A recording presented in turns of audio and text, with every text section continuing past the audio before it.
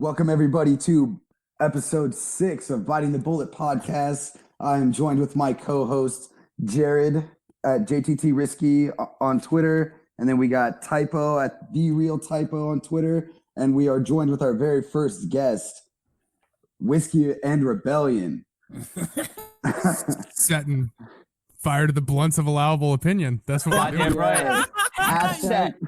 Hashtag not a militia, hashtag Khloe Kardashian podcast. The Fighting Mongooses, ladies and gentlemen. The Fighting Mongooses, here we are. The question is, though, is it actually fighting mongoose? No, it's not. I Googled this. I Googled this. It is the Fighting Mongooses. A mongoose is not a bird. It's not a goose. So as such, the plural for goose as being geese is not applicable to a fighting mongoose. Yeah, but see, I hear the word gooses a lot more than I do like mongoose, and it just sounds. I know we heard mongai today, so I was like, I kind of like that. Dude, fucking bird from fucking Fightcast. Yeah, I love him. He's beautiful. That little philosophy major, go him. God. All right. So let's do this, boys. Dude, I'm fucking down. What are we talking about today? Are we doing war movies? Is that what we're doing? Well, someone asked us to do like a talk about war movies, so I feel like we should talk about war movies. And the greatest war movie of all was definitely The Hurt Locker. Somebody needs to be shot in the head. Typo. I don't know why you say that kind of shit, knowing I have more guns than you do. Wasn't that somebody's? It was like some Hollywood director's wife, her first movie or something like that, and then she like won an Oscar. Does anybody know what I'm talking about? Dude, no, I kind of know what you're talking about. They won Oscars. They won Oscars for that movie just because of like probably how dramatized it was. Dude, the fact that The Hurt Locker won Oscars is 100% proof that nobody outside of the military knows what the fuck is going on over there. If you were not in the military, if you were not in the military, like it was a good movie. If you have no concept of the military, it was a good movie. Isn't it funny how the military ruins a lot of movies like that? Dude, 100%. Like, I was just gonna say the last episode or the episode I don't know if you guys watch Game of Thrones, but the one at Winterfell, like the whole time that I was watching, I was like, what the fuck are they doing? Why would like you sending all those riders just out into the darkness? Why would you send your white cavalry into the fucking gut of a fucking enemy that you know outnumbers you? What are you doing? We were debating on making an episode of how we would defend Winterfell because it was just so ridiculous on how they did it. Yeah, I mean, I feel like, just being a veteran, and you don't even, like, I was never even fucking deployed, right? I got out before I had to do any of that shit. And even then, you're just kind of like, this is just dumb. Like the Hollywood actors, they try to, sort of embody the personality, like that military personality. I don't even know how to describe it, but they just fucking swing and miss every time. Yeah, I mean, if you Google like 5 minutes of military tactics, you would understand that was retarded. Exactly. 100%. Dude, I actually found a YouTube page that takes like military battles in movies and shows why they're tactically like retarded. And he did Winterfell, and he did it perfect. He was like, you need to have a defense in depth, and then you have enough space. So I'd recommend about 300 yards for your light cavalry to pick up the stragglers. So you want to do the firewall in the beginning to like limit the troops as they come in, right? But then you have your light cavalry pick up the stragglers, and then your heavy infantry defends the gate all behind the wall with your archers. And I was like, I like this guy. Yeah, okay. But in actuality, it's just a bunch of like Hollywood writers sipping on their chai teas. Like, what sounds like acceptable? It's everywhere, though. Honestly. Yeah. And you know what? Go ahead, Typo. But when the fucking witch like lit up all those swords and like everyone they started charging with fire, I'm not gonna lie, I got pretty excited. I was like, let's go. A little chub going on. I was moist. Oh, but then for every battle like that though, like the Battle of the Bastards, that one was where perfect. Jon Snow like was out in the cavalry charge. No joke. Yeah, I blew my load a little bit. Oh no, there were some guys that came out and like historians that came out and they were like, this is one of the most accurate renditions of like a medieval battle that there's ever been. Like if you just take away like the giant, it's pretty much 100% spot on. Like, because there are instances where like armies clash with that kind of fortitude with each other, and they just piled bodies on top of each other. but the guys that were talking about it in the articles I read, they're basically going into it where it was like that claustrophobia where it's like, oh, it's not that, the guys are meeting in the field of battle and having this epic sword fight. No, you're just kind of like pushing and shoving and like poking sharp objects at each other, like as best you can. There's no grace in it. You're kind of like taking off your helmet and just like beating some dude's face in from like 3 feet away from you. It's like, yeah, that's pretty much it. Dude, okay, so here's a good question. If you guys had to fight in a war now versus then, which one would you choose? Oh, now 100%. Now 100%. Yeah, dude, no shit, right? For one, in the Marine Corps, I met people that were in gangs that had been shot and stabbed multiple times. And they told me, yeah, Luke, and they told me Luke has PTSD not from the Marine Corps, but from before the Marine Corps. Wow, fucking sir. Damn. But that's why we get along. I got PTSD from war. He got PTSD from just living as a poor person. Going to high school. Oh shit.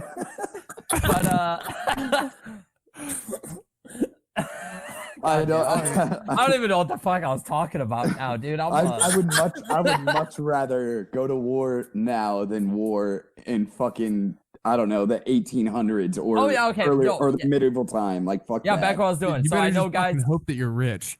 Yeah, exactly. Yeah. That's what you're supposed to do now, right? Yeah, right. Yeah, dude.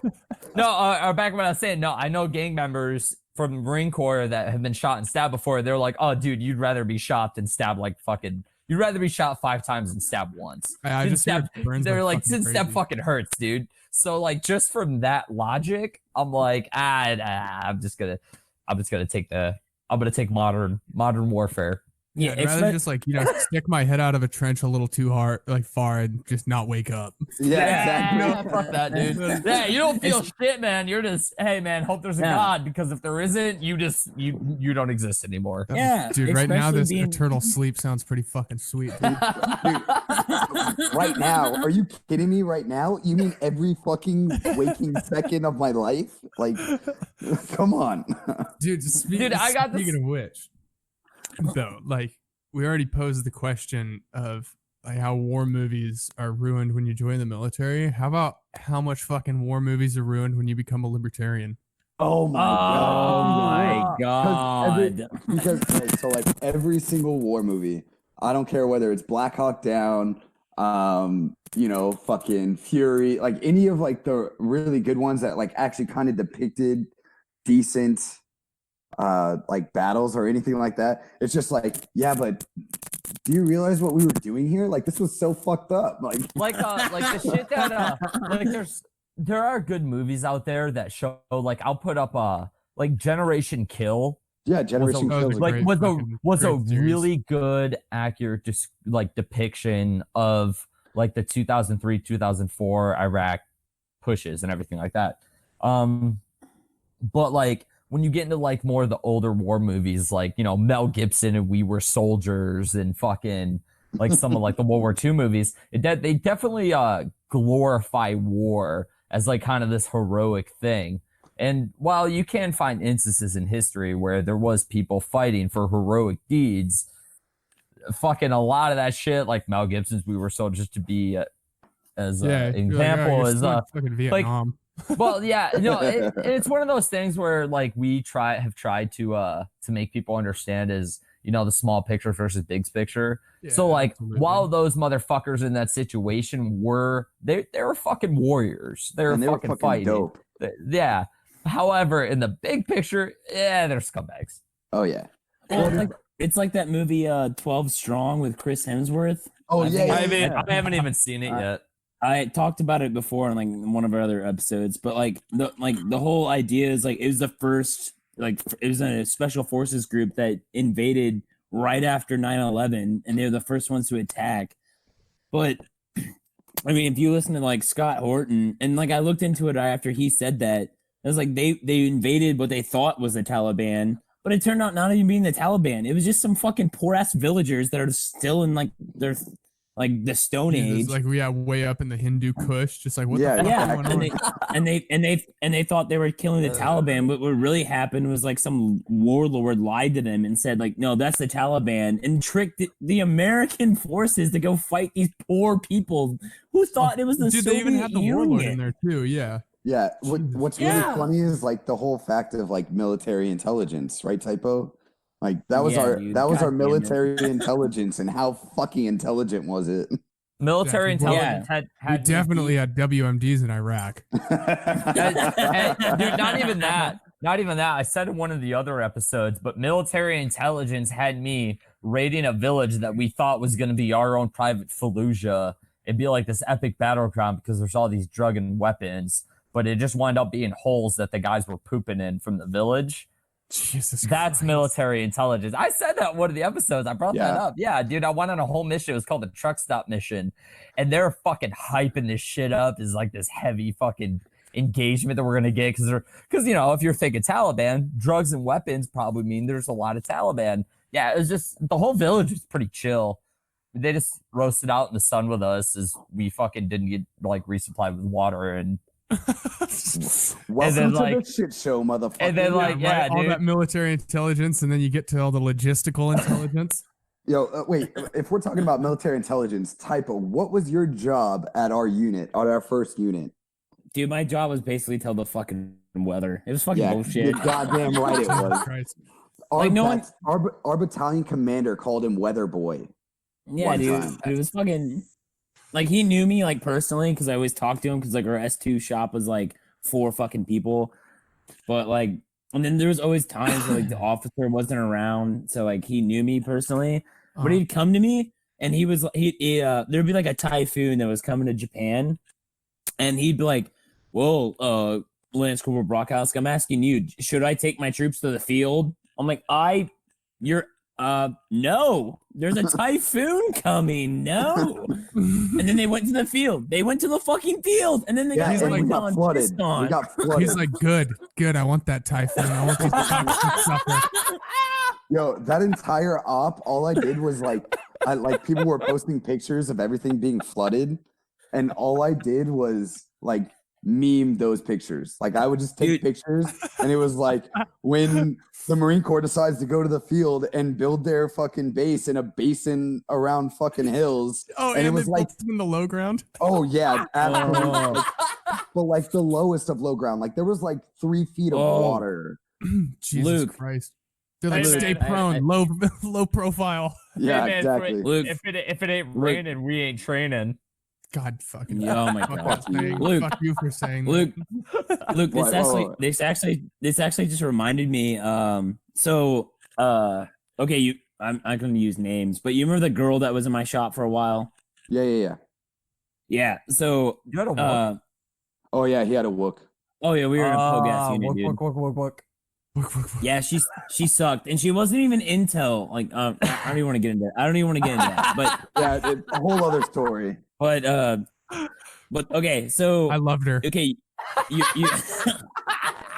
Well, Dude, typo. I hope There's she a never. I wormhole. hope she. There's a wormhole that's not getting love from other men. Typos there.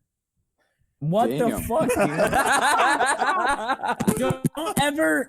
I hate you. I'm not gonna say that. But anyways, all right, Luke. Fucking Okay. Han Solo and his trusty Wookiee. All right, Oh, Luke. God damn it. Luke, you remember? Here. I hate you. All right, wait. All right, well, Luke, you remember when we would have battalion formation that was like right across the street from our headquarters? Luke? Can you hear me? Hello? Yeah. Oh, no, we Yeah, can't. we can hear you now, you dumbass. Can come up. Well, do you remember like we'd have battalion formation right across the street, and you know that ditch that had the wooden bridge? Oh, Jesus. Where's this going? This way. What about this ditch? Yeah. So, well, anyways, but they would have this wooden bridge, and that's what like everyone would cross, and then we'd have our battalion formation, like literally in this random field right across the street from our battalion building. Well, I couldn't. I think they were just. I literally think it was just setting up for a picture, and so we were in 9th ESB battalion, so at headquarters or at engineer support battalion. So they were trying to move like all these heavy equipment operator fucking equipment just so they could set up for this gay ass picture. And well, they drove the forklift over the wooden bridge. Like it was, oh my god, dude. And then it snapped and broke. So the fucking forklift got stuck into the fucking ditch. So they had to bring out, I forgot what it was called, but a bigger machine that would lift it up out of it. And so the girl in my shop was taking a video of it and was like posting it on Snapchat and fucking Facebook. And like these two officers came out of nowhere and was like, "You can't post that. It'll make the Marine Corps look bad." Jesus, dude. Meanwhile, the Army has like U.S. Army what the fuck moments on Facebook, and everybody just sends pictures to them immediately. But it was like, dude, that shit. God, it was that shit's real as fuck though, because when I deployed to Afghanistan was during the like Obama's drawdown in 2014. So when Obama was preaching like, "Hey, we're drawing down, we're pulling out of Afghanistan," right? Which was a lie, but we were told actually as we were deploying, like, "Hey, you're the last combat unit in Afghanistan. Like, we're the last ones." And fucking, I forgot where I was going with this. What the fuck, dude? What's going on with this mic? Fuck off. Who sounds like they're coming in and out? I don't know. That me? I think it's Luke. Oh, Luke, you suck. I don't know. I think it's because there it is. Now it's good. I think it's because your laptop's in your laps. I'm moving as much. Yeah, you dumb bitch. I'm not moving. I hate you. But no, so what I was gonna say with that story, can everybody hear me all right? No, yeah. Okay. All right, cool. So what I was gonna say with that story, that the bridge that broke, it took them literally like 6 months to make a new bridge. We're an engineer support battalion. We're an engineer support battalion. All we do was build fucking bridges. And then the other 6 months. And the other thing that we did was lose bridges. I guess we lost like a really big, expensive bridge during a typhoon. They like hooked save it up that to for the end. Save that for the taxpayer Okay. wasted fucking money because that's a Okay. great story. Okay, I'll save it for then. But yeah, we lost the fucking bridge. I don't know how, but we lost the bridge. Dude, taxpayer wasted money. How many times did you ever have to fucking hands across America to look for some cheap ass radio or something For like real that? though. All the man hours that were spent, Jesus Christ. But like somebody already brought it up, like, that not posting on Instagram and Facebook, like that's the whole reason that I kept my, or like made a profile and had it anonymous, was just so I didn't get fucked by the UCMJ, because I was fuming by the end of the time like that I was in. Oh, dude, yeah. Like, I mean, especially at least I was in intelligence, so like my schoolhouse, dude, they preached that shit like a motherfucker. Like sure. You were not like if you, like anything. Like we weren't even supposed to say like where the schoolhouse was. Like that's how fucking serious they would take it. Even though like most people know where it's at. Like if you're in the military, you know where it's at. Yeah, exactly. The UCMJ. Well, all right. So like we can talk about like all these different things, but like if you really look at the UCMJ, it really teaches you to like bow down and not ask questions. Like even like our judicial system, our judicial process in the military is like super fucked up. They literally tell you when you're depping in, they tell you it's you're guilty until proven innocent instead of innocent until proven guilty under the UCMJ. Oh yeah, like when I was in college, I had a buddy of mine who we were down in, like, because I went to West Point and it's right up north of New York City, and so we'd go down there like to drink and shit. And one time we're down in Brooklyn, and what up? We all rent out this house, right? And like we're down there. I rode crew, so it's like most of the crew team, and we're all down there drinking. And a buddy of mine like meets up with this girl who he'd met on Tinder, and like he brings her back, and it's like that night we got a bunch of people over there, and she's like all over him, and they have sex like God knows how many times that morning. I heard the whole thing, and put in the boom boom. Yeah, boom in the like they even have sex the next morning. Like he walks her to the subway and everything, and I guess she had a boyfriend. And so she must have gotten found out, fucking claims that he raped her, and he just got taken through the fucking ringer. Even NYPD was like, nah, this is some bullshit case. But you know, all the JAG UCMJ attorneys doesn't were give like, a fuck. yeah, and this was right when all that shit was starting to pop off, and that documentary had just come out about like sexual assault and shit in the Oh, military. yeah. God. So they're Oh, just dude. trying to get like convictions, Dude. right? Oh, yeah. And That happened. Dude, he That had the whole happened. fucking world against him, and that was one of the first times where I was like, "Wow, like you're a fucking statistic to these guys. Like they will Oh, they will 100%. fuck you over Yeah. so That's quick." one. That's one of the things that turns so many veterans libertarian is that you fucking realize so hard, like these people appointed by government that are in charge of you. So your officers, your staff NCOs, your NCOs. It's like when you realize, oh, these people don't give a fuck about me. Like yeah, 100%. When So then when you make that connection when you're in, it gets really fucking easy to make that connection to fucking politicians and you. Yeah, I mean, I used to fucking rag on the VA all the time, like a lot in the early pitch, because I was in just trying to show other vets, like, look, guys, you know, you're fucking fodder for these people. Yeah, like, they don't give a fuck about you. They're not going to help you. Yeah, dude. People, when you're in the when you get out of the military, and we're pretty much. I mean, Jared's a minarchist. I mean, me and Luke are like pretty much anarchists, and like people get so surprised when you talk shit about the government and like you're a veteran. Like they're like, well, how can you say that? And we're like, dude, they don't give a fuck about you. And like we lived it. We lived the bureaucracy of our bullshit government. It's very easy for us to be like, yeah, they don't give a fuck, man. I mean, look at Vietnam veterans for God's sake. My grandpa was a Vietnam veteran. Like he fucking hated the government. I mean, like, yeah, he's still like, he was like still patriotic in a way. Like, obviously, it's like America and all that. It's as Dave Smith says, I love America. Fuck the government. Fuck the government. Yeah, but like the same thing.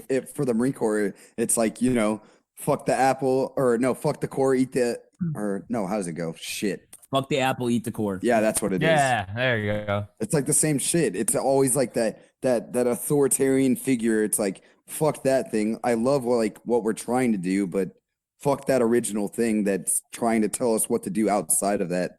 Yeah, and it's constant. I get what you're saying. Hey, Typo, I've never heard that how many? before. Did you remember how many beers you put in my cooler? Because they're all gone already. Why are you serious? I put 3. I put 3 in there, and we started like 30 minutes ago. Oh, they're gone. Hey, so it's JTT Risky signing out for about 5 minutes while I go grab another beer. You guys carry it on. Dude, this is going to be the best podcast episode of our fucking lives. Are you kidding me? I'm already loving this. Day. Well, don't come back like an asshole and be like, what are you guys talking about? All right, we're back. All right. Fucking douchebag. All right. Yo, Whiskey, what's your favorite war movie? Okay, so remember that comment I made about libertarianism? Yeah. Like, yeah, libertarianism also makes other war movies like fucking awesome.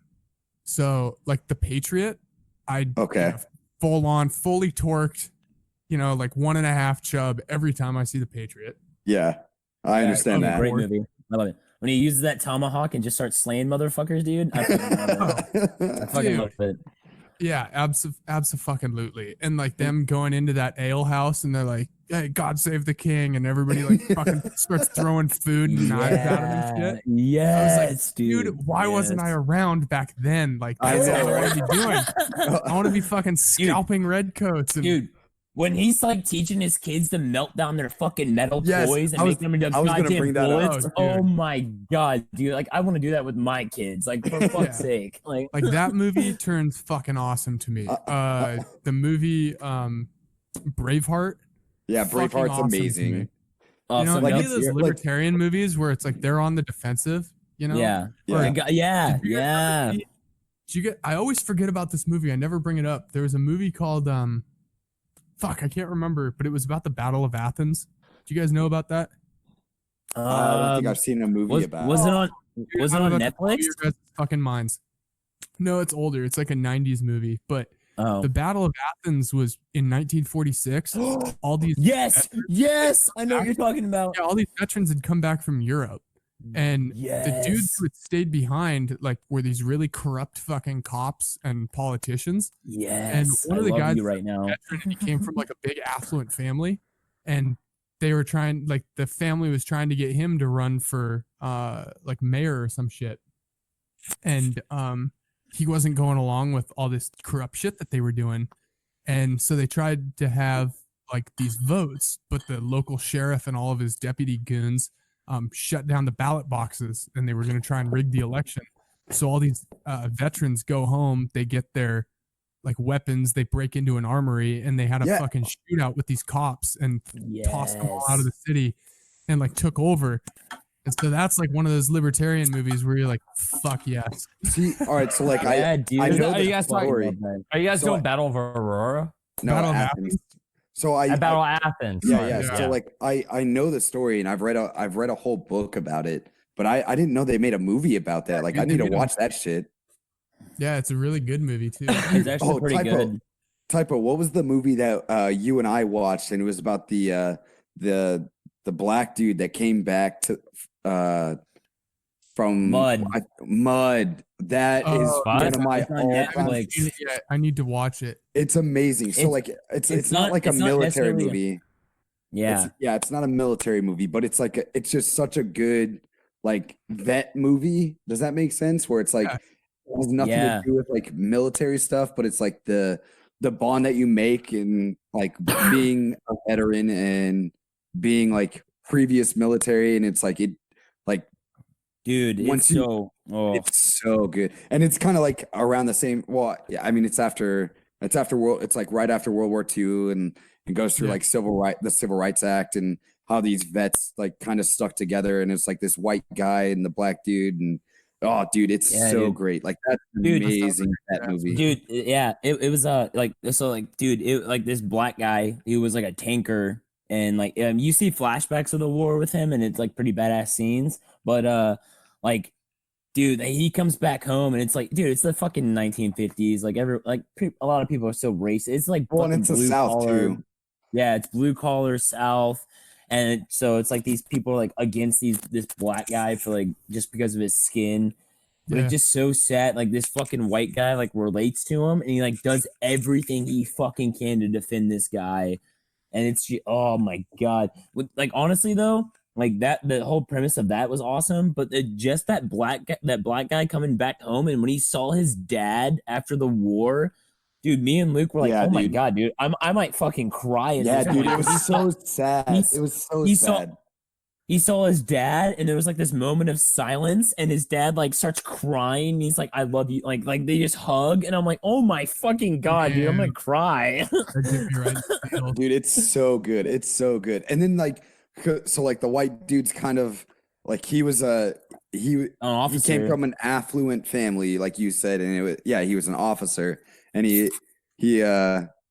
like came back, and he's like this guy's getting shit on the entire time. This like, you know, he was probably like a PFC or fucking Lance Corporal, and this black dude's like in town, and he's trying to buy something from the corner store, and they're like giving him shit and like talking shit to him. And he's like, I served for you to be able to buy this shit, you know, like kind of thing. And like they're about to like beat his ass. And the white guy comes in, the officer, and he's just like, give him his fucking shit. Stop being a dick. And I think one thing the military does extremely well is put you all on like, especially enlisted side, like officer enlisted, there's a divide, but like enlisted side, it's like, you're very much on the same level. Like it doesn't matter who the fuck you are, where you came from. Yeah. Dude, you're all equally worthless. Yeah, exactly. You're all equally worthless. You like, discover. I never, like, I was an officer, right? So I never got like, I was never on the enlisted side. Yeah. And yeah, dude, like, yeah. I mean, fuck. I know. Like, dude, you find out real. You guys did. Yeah. Like, my favorite war movie, hands down, all time. Like, I know it might be kind of moto, but Full Metal Jacket, just because of all the lines in that movie. Well, you appreciated for the actual like anti-war message it has instead of just the fact that the drill instructor. Well, no, I love every single part of it. Like it's the anti-war. the reality of it, the anti-war perspective, the boot camp thing I can relate to too. But the one, my favorite line, and I'm probably gonna be called fucked up for laughing at this, but it's Joker. He's in the helicopter, and the dude's like in a fucking machine gun shooting at people, and he's like. And Joker's like, how can you kill women and children? And the dude's like, do.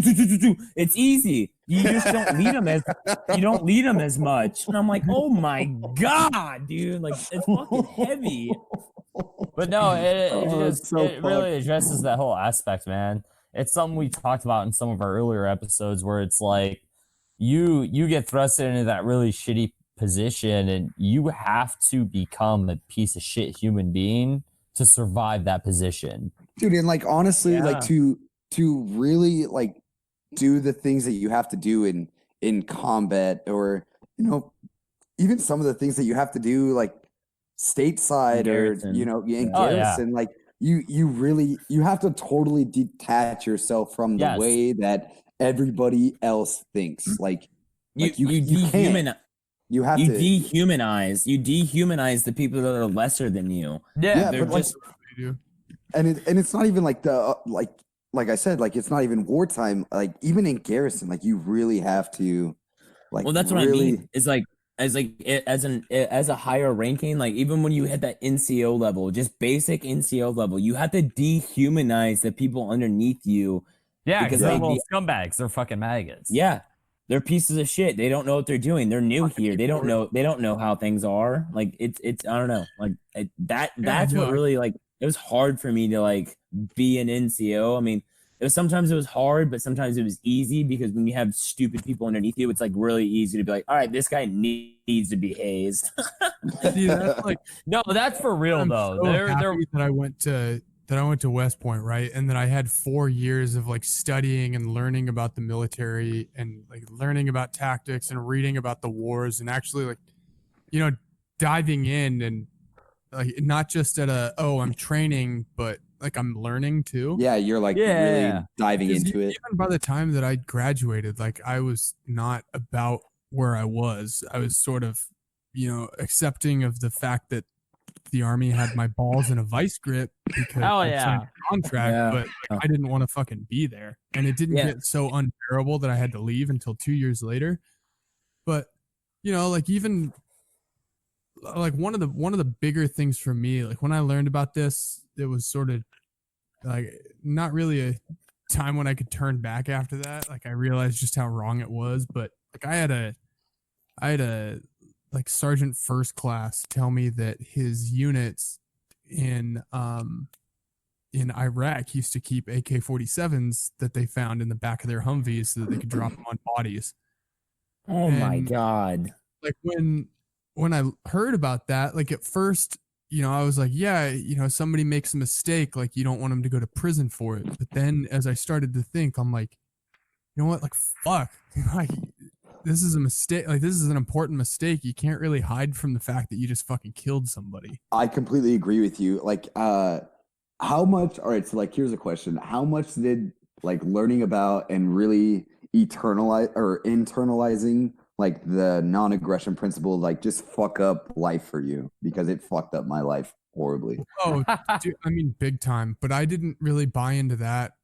Like I had a little primer, I guess, where like I'd said this on Mance Rader's podcast, but I was reading about in philosophy class, I'm learning about like utilitarianism, and the way that it was being taught was basically, if the ends justify the means, as long as you have more benefit than like cost, you're all right. Yeah.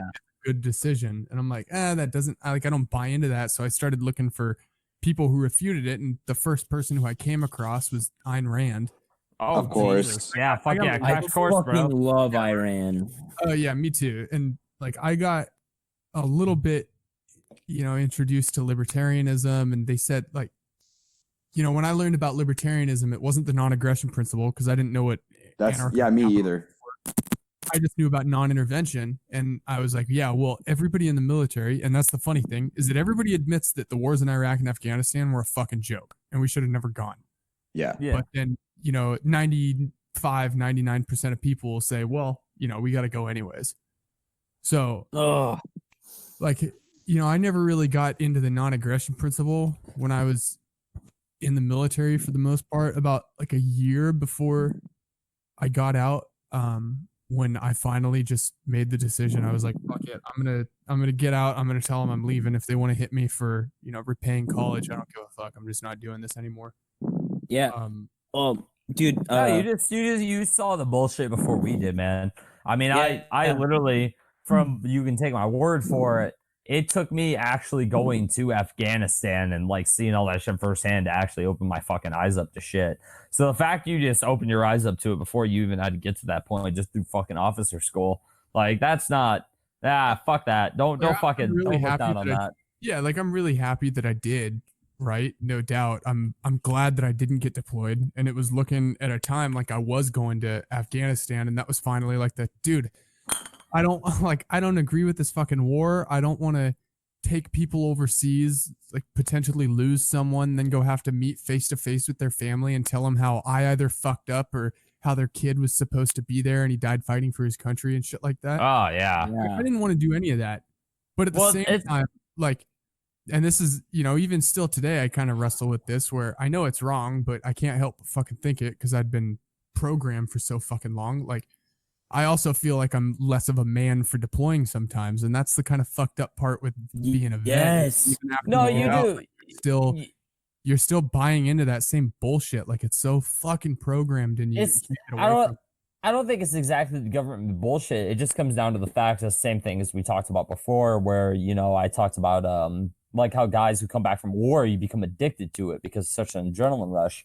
It's not it does become a thing where it's like as a man and as a fucking an apex predator in the general scheme of things amongst the human population, war is kind of one of those really exciting moments, like to Yeah. experience something like that and to go through something like that.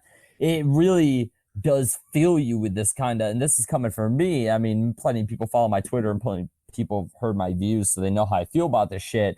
But I'm telling you, even as somebody who has the views that I do, you look at it and it's, dude, I couldn't even fuck when I got back. Yeah. Like it fucking was boring. As a fucking 22-year-old guy, Yeah, exactly. like fucking random hot strange from fucking Palm Springs was boring to me for months. Yeah. I couldn't do it. And that kind of peak and that kind of adrenaline rush, the only thing I could equate it to is things I've never experienced outside of the actual level of combat. And it's like shit like meth, heroin, like the harder fucking drugs, that kind of addiction level. So it's like being a warrior is attractive. Yeah, absolutely, dude. And like I've been out long enough and I can be honest with myself now. I've been trying for the last 3 years just to, like really, really dive down deep into how I think and why I think the way I do. And one of the things like with the military, I know that the reason I joined, even though I said it was for, defending the American way of life and shit like that, I tried to wrap it into something more grand than it was. At the end of the day, like I just couldn't look at myself if I was 80 years old and I'd never served. Like I thought that being a man was going and fighting in a war, right? Yeah. And Well, that's like what, now though, I'm like, no, being a man is like, standing up for your fucking beliefs. Yes, exactly. Like even when you know that you're, everybody else is wrong and you're one of the few, like, there's other things to being a man and your ability to commit violence against people, like, isn't a big one. I think that every man needs to know how to defend himself, but I'm not gonna think that some dude's a man because he went over and killed a bunch of fucking skinnies, like guys that will never make what he does in a year. Well, yeah, I think it's one of those things about like when you learn about in fucking high school and shit, and it's like, they show you, and it's almost true to almost a sick idealistic point where you see these guys go out and commit all these fucking things, going back to like movies and shit. It's like you look at these guys and you're like, you guys are fucking heroes. And I think it comes down to that basic competition level that ANCAPs know and love, but it come down to that basic competition principle where war is that's competition at It's its the purest ultimate fucking point. Absolutely. It's the ultimate competition. So it And- becomes exciting. It becomes and exciting. I don't And it's think- not like football. It's not like golf. It's not like playing a sport. No, that motherfucker, that's life and death. That shit's exciting. So when it goes back to movies, so when you go back to movies and you see it, like look at the big ones like Saving Private Ryan, like these guys overcome these odds and they fucking beat all these Germans. It's like, I want to be that dude. I want to be a fucking warrior. Yeah. Like, okay, like I come from like a military family. Like literally, my family is like the what is his name? Like Captain Dan from fucking Forrest Gump, but my family just Lieutenant Dan. You just promote him. You just promote him. Typo, why are you always such a goddamn piece of shit, Typo? I'm sorry, I'm drunk, but anyways, like my family is like Lieutenant Dan's family, but we just didn't die in every war. Like we actually made it out. So so to me, like you're not fucking losers, is what you're saying. Yeah, like yeah, bunch of pogues. So like It's a bunch of pogues. My dad was in fucking Desert Shield or whatever in the 90s. My grandpa was in Vietnam. My great grandpa was in World War II. So like obviously I had to serve, right? Because like that's what men do. And you just get like this mentality of like I don't know, there's always this mentality of like if you serve, like you're the best. Like you are better than everyone else. Like even like I don't know how to explain it. You're the well, 1%. Yeah, that too. So you get like this mentality of like that's what you're supposed to do. That's what you should do as an American is serve your country, fight in these wars. And when you're 18 years old, like you just feel like that's what you're like, at least to me, like that I feel like I should have served. And like you're not a real man. Like I've heard all these war stories growing up all the time. So I'm like, God damn, I want my own war. And I know Luke can say the same thing. It's like I mean, I know Jared deployed, but me and Luke, like maybe Luke tried a little bit harder, but we tried to deploy. We just got unlucky. Like you can say unlucky with quotation marks, and we didn't get to deploy. I mean, 4 years ago, I would have said I was unlucky to not deploy. And that was the mentality of the military is like, especially if you don't deploy, especially the Marine Corps. If you didn't deploy, like you're not a real quotations. You're not a real Marine. Have that patch on your right shoulder or your left shoulder, whichever one it is. I can't even remember. Yeah, the Army has the combat patch. Yeah, like you're a fucking bitch. If you're you're a bitch. You have a combat infantryman badge, like you're a fucking bitch. If you're a lieutenant, and you didn't have that, like if you had a Ranger tab, it was okay, but if you didn't have that, nobody fucking took you seriously. I remember, I get that too. Like with the family, like my grandpa was in World War II, and I idolized that fucking dude. He never talked to me about it. And now, like looking back on it, the reason he never talked to me about it is because the dude landed in Omaha, and he hated the war.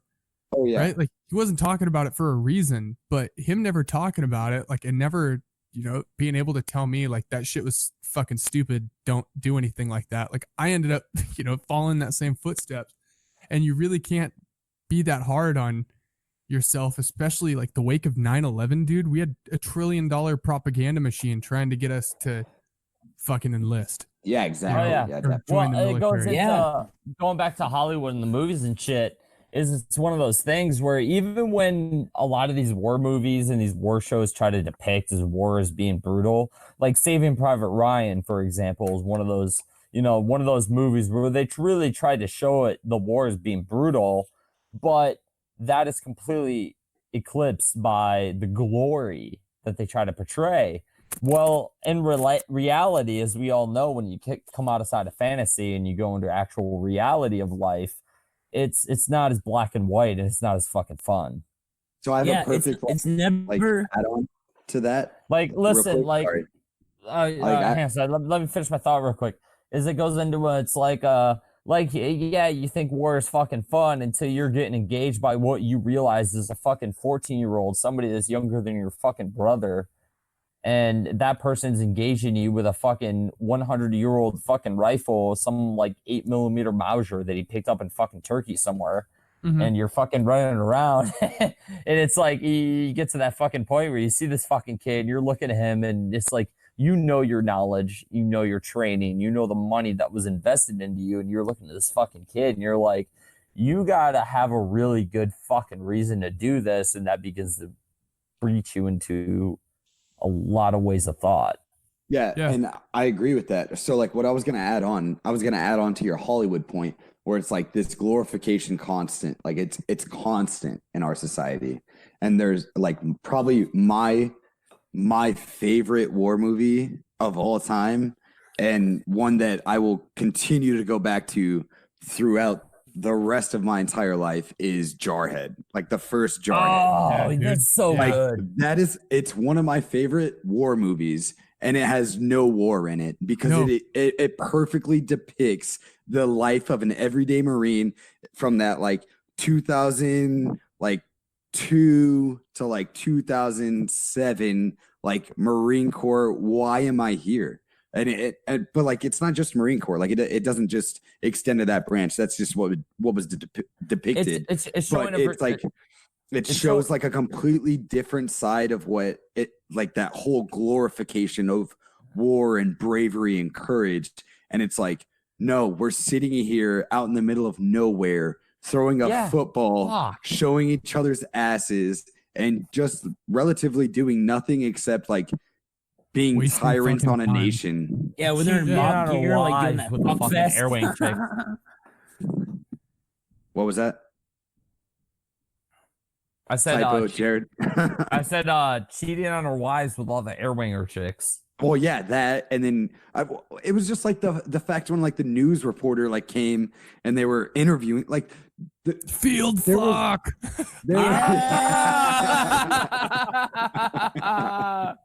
That's Marine Corps. That's Marine Corps as fuck. Fucking goddamn, dude, it is. Hey, it's a 2-man tent. We're going 2 men to 1 tent, 2 women to 1 tent. And then you're in a unit where there's men and women, and it's a man in 1 tent, a woman in that tent, a man in the other tent, a woman in that tent. It just always happens that way. It's because the government's so goddamn inefficient that it can't even realize that the fucking men that they beat and brutalized and emotionally disturbed for the last 4 years wouldn't be above fucking some Air Force air wing bitch in his fucking tent next to 3 other dudes. That's like, have you guys seen Generation Kill? That's peak inefficiency. Have you seen Generation Kill? You're goddamn right we have, man. I watched like that shit. Like when they get that when they get all the supply like that supply convoy that comes through, they're resupplying them, and there's the girl sitting on the back of the Humvee, and they're all like making fucking humping motions. Oh yeah, dude, because it's like fucking at that point, I just drove through a goddamn village shooting RPGs, grenade launchers, and machine guns at me. You think I give a fuck about your rules? Yo, bitch, get your fucking ass over here. What's up? Yeah, but at the same time, movie, Generation Kill, where, you know, they've got that sergeant major that's just fucking obsessed with mustaches. Yes. Yeah. Release that mustache. Hey, do you know mustache? Did you know that the mustache? Did you know that same sergeant major got indicted on child pornography charges? Yes, he did. I had no yes, idea. he fucking did. That's the actual sergeant major, not the actor. Not the actor. The actual sergeant major that's depicted in Generation Kill. I think it was about 3 or 4 years ago. He got indicted because they found child porn, like kids less than the age of 12 getting fucked on his computer, and they indicted him. So that sergeant major that you're fucking watching Generation Kill, and you're like, God, this guy's a dick. No, he really is. Like, no joke. While on the topic of like really high ups, like getting, like doing really fucked up shit. Typo, do you remember Swenson's fucking goddamn, I said Swenson, but whatever. Swenson, I'll just say Swenson because it'll be way more general at this point. But Swenson, when he went to his new unit in 29 Palms and his sergeant major got a DUI, or was that your unit? Of course, it's 29 Palms, dude. I'd fucking drink and drive if I lived there too. No, that was Palms is Swinton. where That you was breathe your Swinton. hate. Yeah. So like this guy got a DUI on the way back from Joshua Tree to 29 Palms. That's only it's literally like 15 The fuck was he miles. doing in Joshua Tree? Yeah, for real. Exactly. Well, yeah. he went. So he went there and then like was super fucked up. Pulled over on the side of the road, and he had like duty the next day, or like he had to come to the office the next day, or something like that. And like so he goes in and like sits there and is like hanging out. Gets drunk as shit at this bar, and then tries to drive home. But he was driving so poorly that this cop like gave him like, from what I have heard, I don't know if it's completely true, but from what I've That's heard the other from thing. It's like how many fucking mouths did this go through? well, yeah, exactly. And I've heard it from multiple people. So like the general story of what I've heard is that he like was like, "Yo, man, I'm in the Marine Corps. Come on, I'm this rank. Come on, can't you hook me up?" And the cop was like, so like, especially in towns like that, like yeah, they're all down to like fuck over anybody E5 and below. But like E6 and above, they're not down to fuck those people over. They like try to help them out, you know. But like, because they have power. yeah, exactly. So like this I think I'm pretty sure it was a sergeant major. So like he's sitting pretty. Bro. Yeah, He's so up there high. he's sitting pretty and like getting ready to deploy, sitting pretty, and was like, "Can't you hook me up, bro?" And this guy was like, "You're so fucked up." This cop, this fucking local municipal tyrant, was like, "Nah, man, you're fucked up. Like I have to call somebody to come pick you up." And he's like, "No, I'm not calling anybody." He's like, "All right, then we're taking you to jail." He's like, "I'll call somebody." He's like, "It's too late, bro. I'm taking you to jail." So he goes to jail, has to call the command the next day. The fucking Lance Corp, he calls the duty phone. Oh, Jesus Christ. The Lance dude. Corporal on duty is like, "Hello, this is blah, blah, blah, blah, blah, Lance Corporal blah, blah, blah on duty." And he's like telling him the story. And the Lance Corporal probably fucked it all up, honestly, you know? And it just like made the rounds through 29 Palms. And it was just like, Sergeant Major so-and-so on 29 Palms, like, got a DUI over the weekend and was so drunk that he's not allowed to deploy, and he got moved from the unit. I'm just gonna say this. I'm gonna say this out loud. 3-4 lost more people in their training to their workup Then they had in the deployment that they did for that workup. Dude, 3-4 is trash. dude, the new Jesus, how'd they 3-4. lose everybody. There was people training, shooting people in training, like In literally training, shooting yeah. people. Right. Dude, there was two a- people died in training. When they deployed, only one person got shot and he didn't even die. So they literally lost 2 people in their workup and no one died on their deployment. They literally lost more people on their workup than their actual deployment. So the last 3-4. job that I had before I left the military, when they were just trying to fucking stick it to me, like, "Oh yeah, you want to leave? Yeah. Like, we'll give you the worst fucking thing that we can do." Yeah, that's what they always That's do. what Like, they do. I was down working as like a range safety officer, Oh, fuck right? yeah. I was handling all the ranges and like the ammo for the ranges. And yeah, dude, like I would have to do these like team live fires or these squad live fires, and I'm out there and I'm like, fuck, I don't want to be here. Like, I don't trust anybody fucking shooting, dude. Y'all motherfuckers gonna shoot me. Dude, like, yeah, you see the videos, like privates putting rounds in backwards to their magazines and For shit like that. real? Dude, I was Yeah. in the female side. I was East Coast, so I went to Marine combat training with females. How do you think I feel? Gay. Yeah, that's gay. Gay. Dude, I'm gonna take a piss. I'll be right back, boys. that's the thing that a lot of people don't understand too, is like, especially in the gun community, I think nobody takes you seriously unless you've shot or unless you've been in the military. Yeah, But like, what if the you look fuck? at most if like you look at the civilian gun military- owners who like they own a weapon, they train on it, like they understand it, I would, they're other than the tactical stuff where they just haven't learned, like I would take a fuck ton of them more than I would, somebody who is in for 4 110 years. fucking percent. yo by No, far 110%. like Dude, that guy. in combat. Jared. Hang on a second. In combat, I watched dudes who didn't even compensate for the fact that their scope is above their rifle, and they would just peg like 15 rounds into the Walls. wall that's a foot in front of them. Dude, it's for real though. And it's this cocksucker that we've been arguing with on Twitter for a little bit. He's some fucking staff NCO that's drank all the Kool-Aid. And he was trying to talk shit on the at Nat Gregory M. Well, at Nat Gregory M, he was like, the guy, the cocksucker, he was like, well, I bet you don't even know how to fucking shoot your rifle. And it's like, Nat Gregory M is a competition shooter.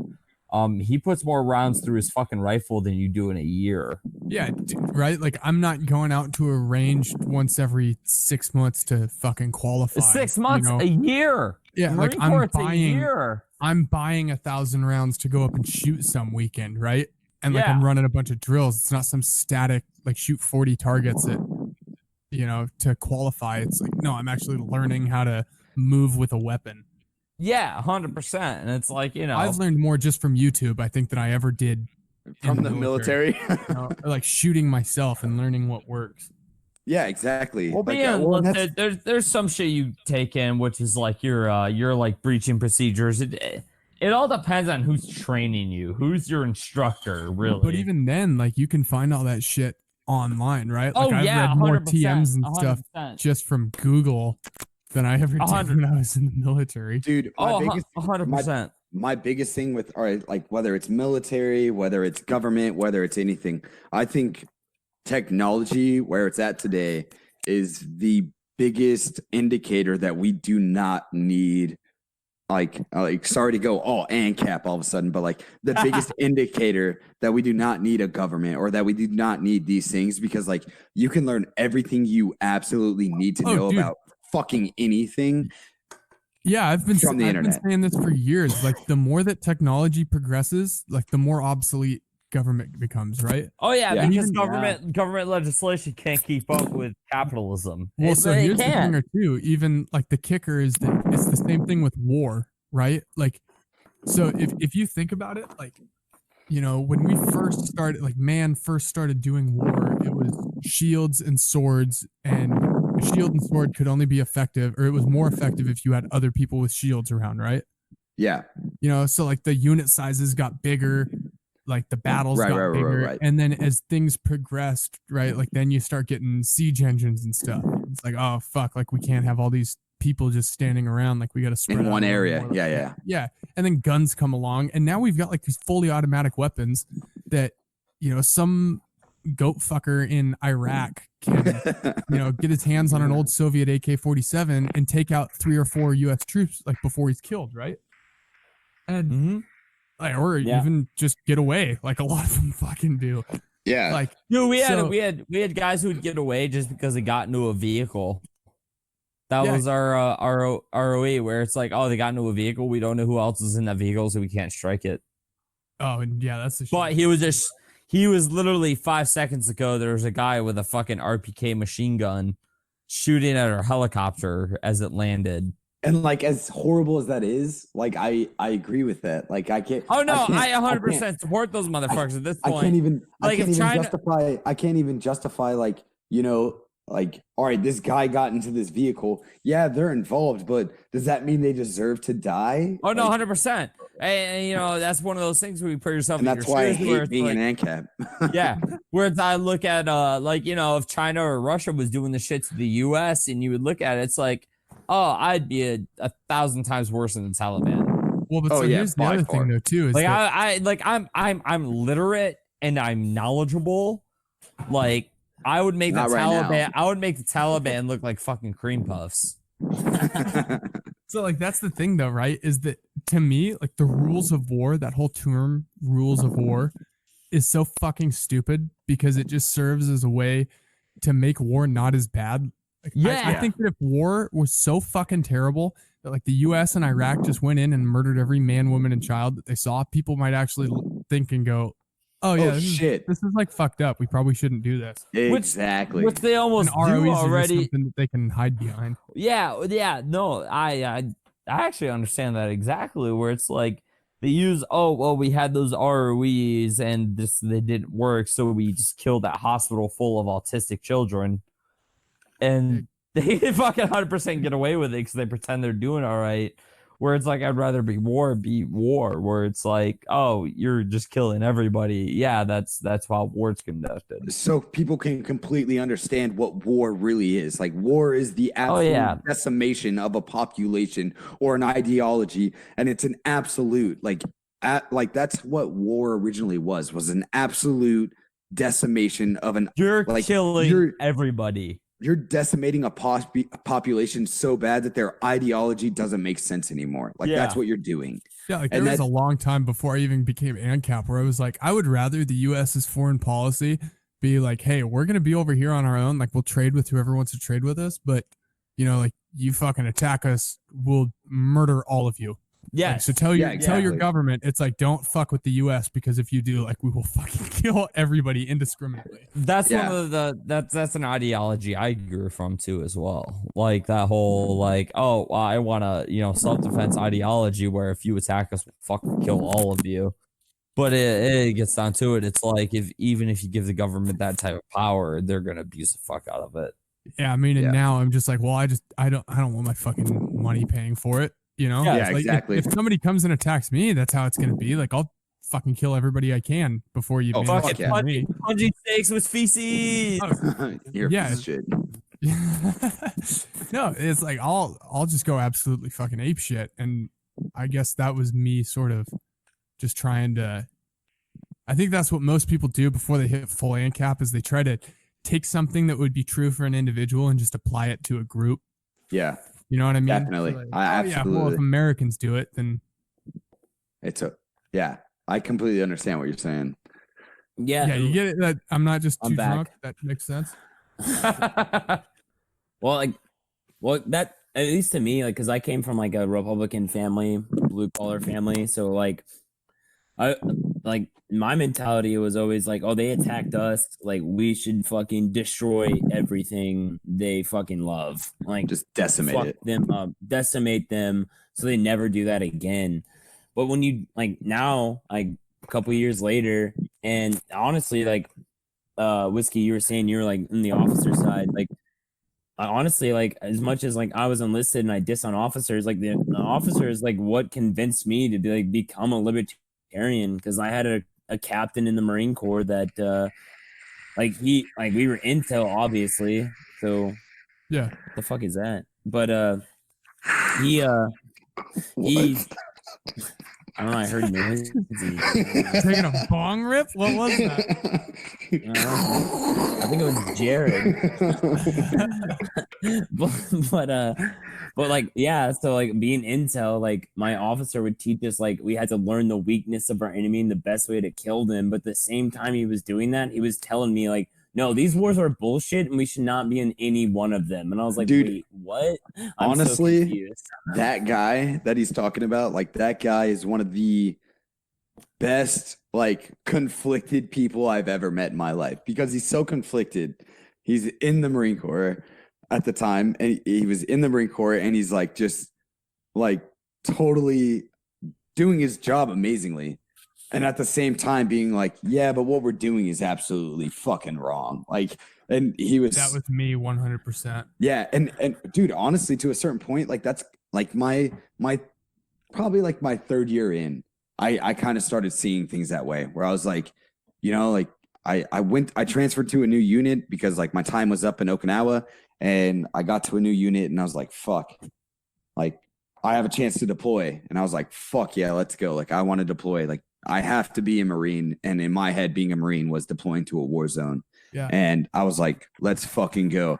And then there was like, I don't know, 3 months. I went home. Like I had some leave saved up. So I went home finally after being in Japan for a little over 2 years. And I was sitting there, and I think there was one night that I was just incredibly drunk by myself at this like house party with all my high school friends. And I was sitting there, and I was just like, this is what I want. Like I want this level of not caring and not realizing what everything else is, like what the world is. And I don't have that anymore. Like it was taken from me as I joined the military. Like I can't think this way anymore. I know what you're saying. And I was pretty, like, honestly, I was extremely fucked up, like so drunk. And the reason why I realized, like, at that point that I was so drunk because I didn't know how to deal with the things that I was going through, where it was, I'm sitting there saying that I want to go to war. I'm like, I want to go to war every day of my life, like while I'm at work. Let's go. Your mic's cutting out. Yeah, you're shit. cutting out, brother. I think it's my I think it's my headphones. Oh, you But sound good now. okay, yeah, I'm holding it like it's a goddamn NCO sword right now. But but what I was saying was, like, that entire time that I was sitting there, and it was probably all of 10 minutes. All of 10 minutes. And I was like, I'm hammered. I know I'm hammered, but the way I think when I'm in 29 Palms in the Marine Corps is absolutely wrong. And I was like, I can't do this anymore. And that weekend when I came back to 29 Palms, I was like, I don't want to go on this deployment. I'm not re-enlisting. Like, that was my decision. And nobody could change my mind. There was absolutely nothing anybody could do. No, dude, I feel you, man. Like, it's hard, coming to these realizations before you even get out, because, like, for me, I was down in Fort Benning, Georgia, like a terrible fucking place. It ruined the South for me entirely. Like, I don't even want to fucking go back to the South. I hate Fort Benning, Georgia so much. But I'm down there and I'm like so unhappy with the way that the military's treating me. I'm so unhappy with like not being close to my family. I've got all my family going through these big life moments, and it's like, fuck, man, I'm just sitting here hating my life. I don't agree with the military. I don't want to be in. Just super fucking unhappy. And you just get to the point, not to paint it like a sob story or say pity me, but like I'd go home and you just look at your pistol and you're like, fuck, man, like I don't even want to live anymore because I'm not man enough to say, fuck the military, like get me out no matter the consequences. And I'm also not man enough, or in my head, it was like, I'm not man enough to like keep going. I'm not like willing to keep putting myself through this. You're fucking trapped. And yeah, dude. And after a while I was like, fuck, the military isn't forever. Like I was even just going to be in 5 years. Like I just had to sort of tell myself like, look, this isn't fucking life. You've been lied to for a long time. You've lied to yourself for a long time. Like if you want out and you're actually putting yourself into this much of a bottomless pit because of it, like who the fuck are you to, try to stay into, I don't know. I think no, dude. A lot of we guys all understand that. and a lot of guys come to it from different perspectives, man. Like I know pretty libertarian anti-war Marine vets. Like some of these guys are the most infantrymen, like the guys that you would, if they were next to you in a field of battle, you'd be like, oh dude, fuck yeah. Yeah. And these same type of guys now, they fucking know exactly what the wars are for, and they just look at it as a complete destruction, man. Especially because you realize, like, we like to try to promote our casualties as something being horrific, where it's like, oh, we lost like 5,000 something casualties, close to 5,000 casualties in like something like fucking a decade or so, and that ain't shit. And when we started getting into it, yeah, no, it really isn't. It really isn't, dude. We lost almost as many casualties in the first initial like 5 days of D-Day. More people were killed in Chicago in one of the years, like since we've been in Iraq and Afghanistan, than people were killed in Iraq. Yeah, 100%. And then it gets to where you start looking at the civilian casualties and the fighter casualties on the enemy side, and you're like, this is a slaughter. Like, and being in the conflict and looking around at the same time, is you start to see it where it's like these motherfuckers are literally illiterate goat farmers. Like they don't understand. Like I'm arguing with people on the fucking internet about fucking military strategy, about fucking whether or not like armed populaces can defeat a conventional military force. It's like I'm reading all these fucking books and like Sun Tzu's Ever War, and reading about like Marine generals that have defeated the U.S. military in war games, and it's like these people are committing war against us and they don't even know how to fucking read that shit. Yeah. Absolutely. And it's like they're shooting at you with fucking AKs and old ass ZPUs, and you have Mark 19 grenade launchers and fucking Cobra attack helicopters with Hellfires. Yeah. But we've been at war. You kind of touched on the point like just a second ago. You got me thinking about it, and I can't remember how, but like, you know, I think you were just talking like on Twitter and on all of social media. I love to throw shit around, right? Yeah. Oh yeah. I've always been one of the people who, you know, I just try to be the best shit talker, and Oh, that's what attracted us to you, brother. Yeah. yeah, Yeah, that's what we are. You know, We're when somebody fucking- like says something, I always think of I try to think of a witty comment, and I just try to fucking stick it to them. But I think that, you know, just for your listeners, like I'm sure you got a lot of vets. Like, as frustrating as this is, you got to keep in mind too, like every other vet that's been out there, like most of us are having these same thoughts. It's that We've a all lot been of tricked, people- dude. Yeah. a lot of people are just thinking what they have to so that they can fucking stand living. And I guess Yeah, that's like at the bottom of my soul, that's what really just fucking pisses me off. Yeah, And, dude. you know, like makes me feel Yeah. for other veterans is that we've been lied to for so fucking long. And I get like how easy it is to buy into it, that a lot of guys, like, it's not that they're not like trying to think, it's that, you know, if they don't think they can go on living and try to live a normal life like And that like- they could have done Yeah. before. And Yeah. how sad is that? How It's- sad No, is that? dude, it's fucking actually wait, sad. But like, how sad is it that like our society, because like that's what it is. Like it's a community. Like we are like vets and active duty. Like we are a community. Yeah, separate 100%. to everyone. You know. We have our own And- outages, like we have our own communication outlets. Right. Yeah. And like, how sad is that? Is that like we sit here and we try to justify the things that we're doing, even though it goes against the core of our being and how we're thinking at the time, just because we know that we have figured out how to detach ourselves from the situations that we're being put in. That like, all right, so like we decide to detach ourselves because the only way that we can either provide for a family or even provide for yourself, like you're a single person in the military, but like it's the only way that you can do it. And it's super, and honestly, that's one of the reasons why I first came. I went to Typo first, and he and I had talked about it a lot, about like starting this podcast and things like that. And then Jared, I mean, he's always been somebody that like in our group that has always talked out about these things. And one of the people that got me into it, but it was just like, I have to say something at this point. Like I have to say something for all those guys that felt exactly the same way I did, that just absolutely couldn't, like, they were like just justifying it for their own reasons because they had to. And it's like, I'm just trying to give those guys a voice. Like that's my whole point with this entire podcast.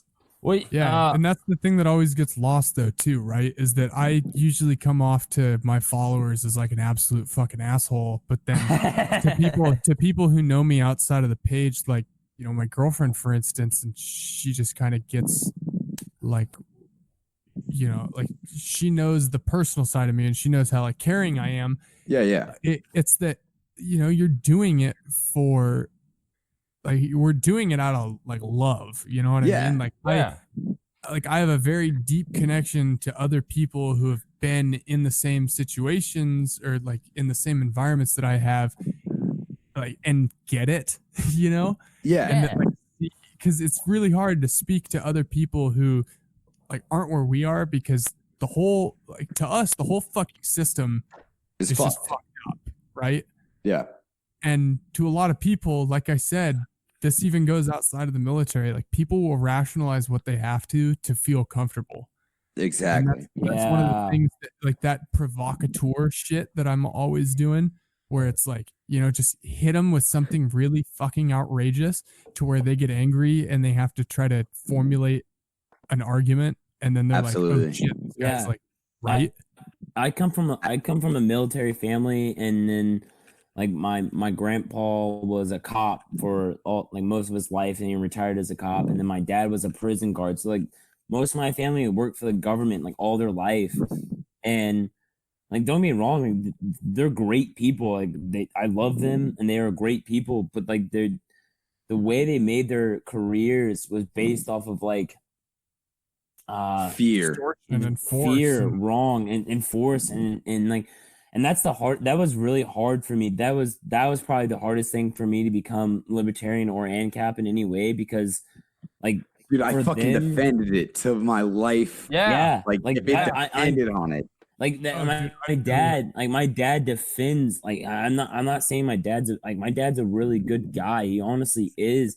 It's just like the way of his life and how he brought himself up. Like I don't blame him for like wanting to defend what his career and how he fed his family. Like that, he was the breadwinner of my family when I was growing up. I mean, he made a career off of being a prison guard.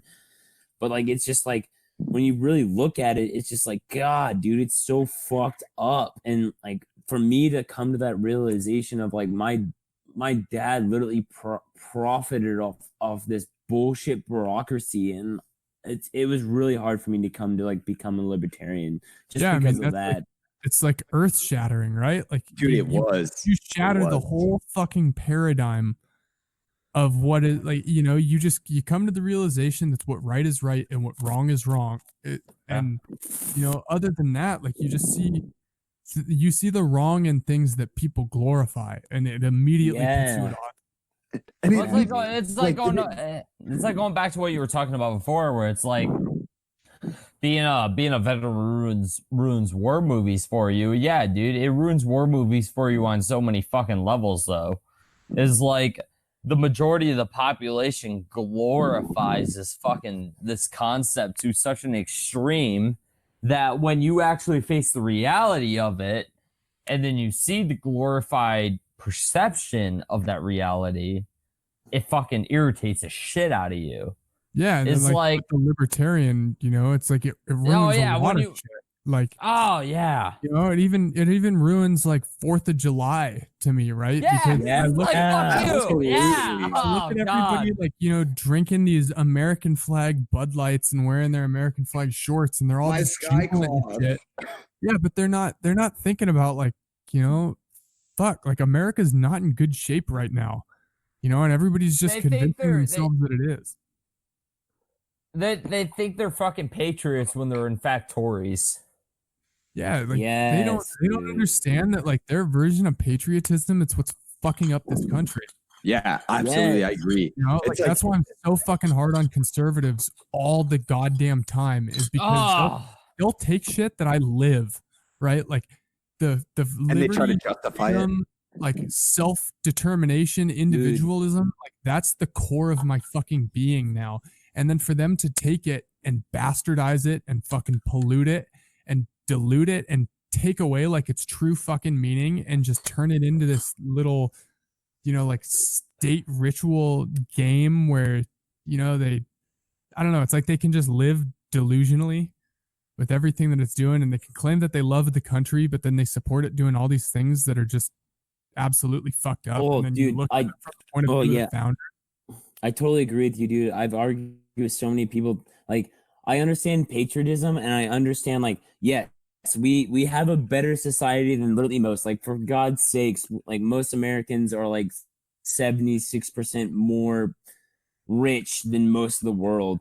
But never use patriotism to excuse the atrocities of your state. And that pisses me off when people just like, well, look how good we had it. Like, okay, so we're just going to look how good we have it as we're bombing Yemen or arming Saudi Arabia to bomb children? Like, for fuck's sake, have some goddamn perspective. Like, yeah, right? And that's the problem, especially with troops, right? Like, everybody will throw around that bullshit, I support the troops. You don't support the troops, though. Yeah, but then if you're trying to send more motherfucking troops to go get fucking Iran, blown up by fucking illiterate fucking retards. Exactly. You don't support the fucking that's troops. One of the most basic, like, you are so fucking full of shit, and a lot of people just don't understand it. And then if you recognize, or if you pay attention, like, usually what their comeback is like, the troops die for our freedoms, and the way that they say it, God damn it, timing, where it's like, so you just want people to die for your free, like, you just want them to be sacrificed, right? Like, you don't give a fuck what happens to them. Like, yeah, you know, it's always, everybody's always fucking good for war when it's somebody else's kid, right? Exactly. Like, yes, you're not losing anything. I think Like, you're not, condemning these kids to go off and suffer these unimaginable fucking psychological and physical hells, because you just well, that's don't, what it like, goes you're- into. Yeah. It becomes this fucking weird complex where the government's almost accidentally done something right where they target, like, let's be real here, the government for their wars and their fucking battles, they target the strength of their population. They want the blue collar fucking desperate fucking guys, because those kinds of fucking people, they're gonna fight their fucking hearts out. We make it a joke amongst our house and amongst our friends where it's like the only two cultures in fucking history where the people just predominantly, for some fucking reason, just are really good at breaking shit is Americans and Russians. And it's the American government's been able to fucking focus that kind of emotion, that kind of fighting spirit that being a semi-free person has given us, and they're able to focus that into all kinds of bullshit. Yeah, I mean, there's just something, and I don't know where everybody's from, right? But like where I'm from and where I was born and raised, like it's just all about, fucking cowboyism, right? Yeah, American- 100%. That shit was like always internalized in me from a young age. And that's, it's kind of weird. A lot of people bring up that it's weird that I'm, ANCAP, but I'm so about the United States, is because the United States, like I said in my first podcast, that I've been terrible about making new ones. I said in the first one, like, we were the perfect fucking petri dish. Like freedom was supposed to happen here. And there's still a lot of that, like, inside of all of us today that, it creates an opportunity unlike any other, that our country was literally founded on the principles that, people are meant to be free and that all men are created equal and things like that. Like, of course I'm fucking about that. I might not support it fully, but like, fuck, dude. If I'm an ANCAP, but I'm also super fucking proud to be from where I'm from. Yeah, exactly. I understand you completely. That's one of the things that brought me into your brand was the make defiance great again.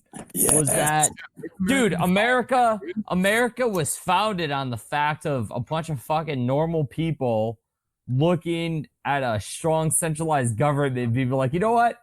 Fuck you. This is dumb. I have a gun. I have a rifle. Go fuck yourself.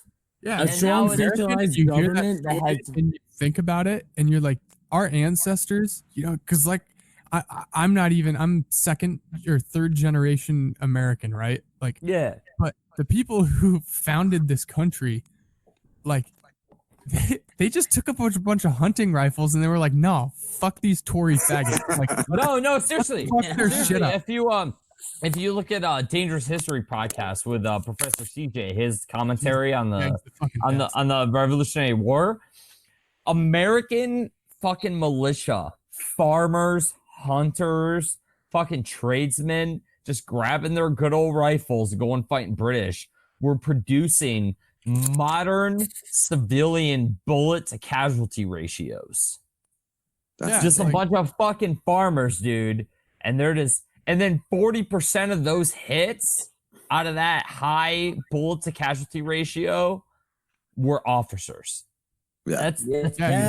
That's dude. The Americans beautiful. And that's the thing. The Americans, like, they're fighting for, their rights. They're fighting for something so much deeper than a government, that they're like, rules of war can't target officers. Like, fuck that. Fuck shit. you. These guys are fucking Fuck tyrants. you, bitch. I'm gonna fucking shoot them. every motherfucker that I see that's important.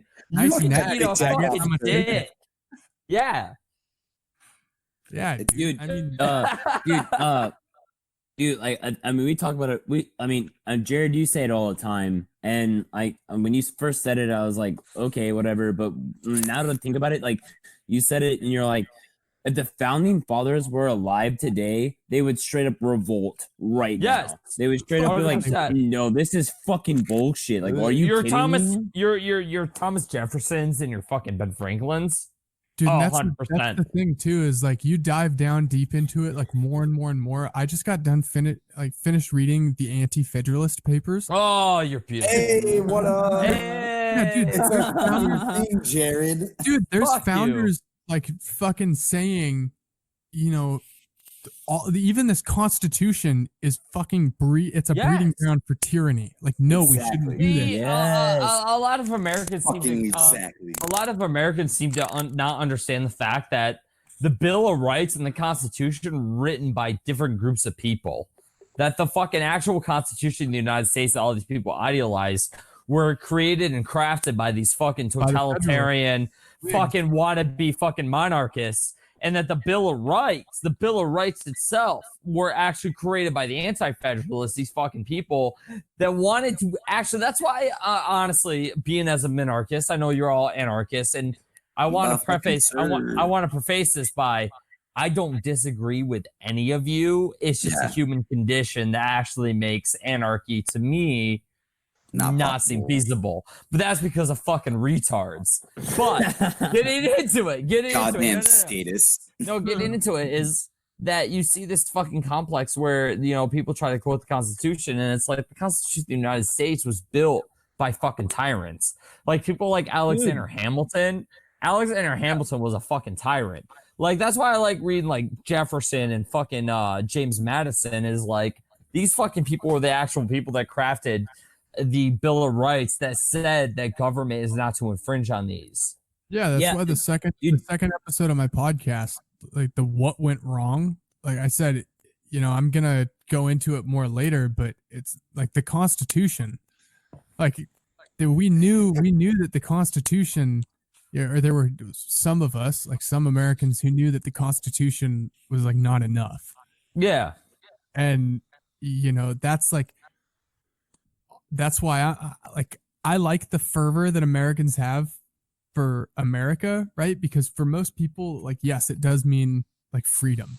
Yeah, And no, a lot of people are very fanatical about the like fictional fanatical fucking American ideal, which to me as a person is, I'm sure you'll agree, is great. Like that ideal of defiance, like fuck the law, like I have rights, like fuck you, you don't have authority over me, you serve me.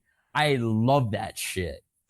Yeah, exactly. Like I just want people to tap in to that side of like what it means to be America. Yeah. Like we're like what everybody feels, that fucking defiance that I know a lot of Americans like look up to. Dude, we do too. Yeah. Like honestly. Hang on, like Jared. Hang on, Jared. That's how Americans are. Yeah, like I mean, like when you look at like the Constitution and like when it was violated, like okay, John Adams wrote the Constitution. In his presidency, he violated the First Amendment in his presidency. So like, right? It didn't. He was the It doesn't second stop. fucking president. It was the second president, and it's still like that's not stopping anyone. Like, Dude, I don't understand. Like, Washington, like the whole reason I'm named what I'm named, that play on words of the Whiskey Rebellion, like that was the first instant, like the glaring instance of we are no better than the fucking British. Yes. We just won a war against them, and we create this Constitution, and we have this little feel-good moment about like getting rid of tyranny, and then tyranny is like right fucking there, and very few people, other than the people who revolted, understood like, wow, we're fucking hypocrites. Well, and like honestly, one of my favorite people from that time frame. So like George Washington is a lot of his writings is a great example, an amazing example of what somebody that should be American, like the idea of American. Like I think George Washington is a very good example of that. I think George Washington preached a lot about that, but didn't live it. Yeah. Well, yeah, and I agree with you.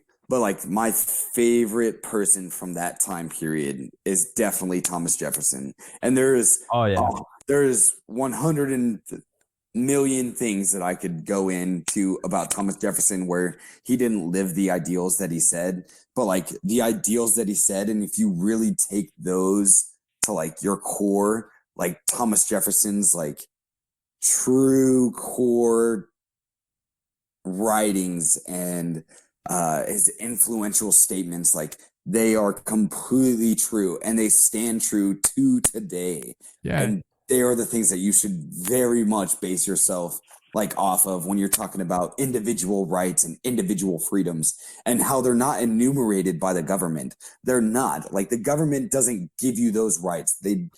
That's not what They're the supposed to Constitution was. guarantee them, but they don't even do that. Exactly. That's one of they guarantee them. The Constitution and the Bill of Rights was to fully state like what a normal person's individual rights are and what the government cannot infringe upon. And at this point in time, and even then, we still don't understand that, and it kills me to this day. It kills me that we still don't understand. Well, that. so I think it's to the thing whereas you notice that our episode 3 where we actually talk about the Boogaloo, where the three of us go into a pretty good deep depth in like an hour and 20 minutes about why people with rifles can resist the government.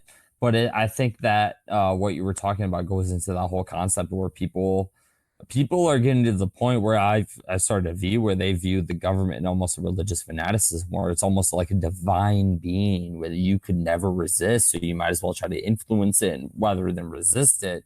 And I think that's a very dangerous prospect for a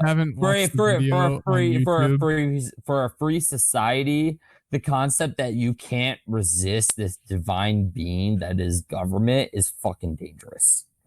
Yeah, if you guys haven't watched the video on YouTube, the statism, the world's most dangerous religion. Oh, I've seen Rhodes. that.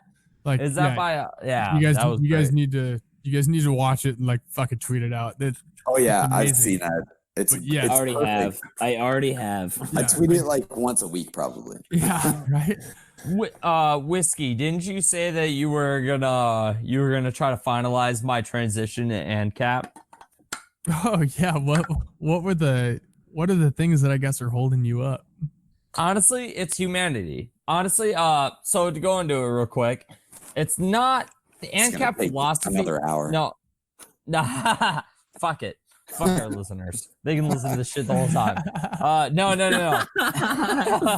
No, it's the ANCAP philosophy as a whole. So I'm not one of those motherfuckers that goes, oh well, your roads and your military and your cops. It's more or less the actual concept of humanity. So can you agree that human beings as a whole are inherently very tribal?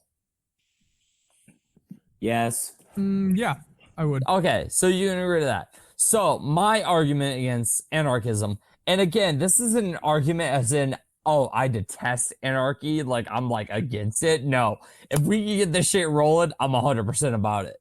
But it's more or less like the reason I don't call myself an anarchist is like, as long as there is a large minority of fucking people that want a state, there's going to be a state, because government is nothing more than a manufacturism of people.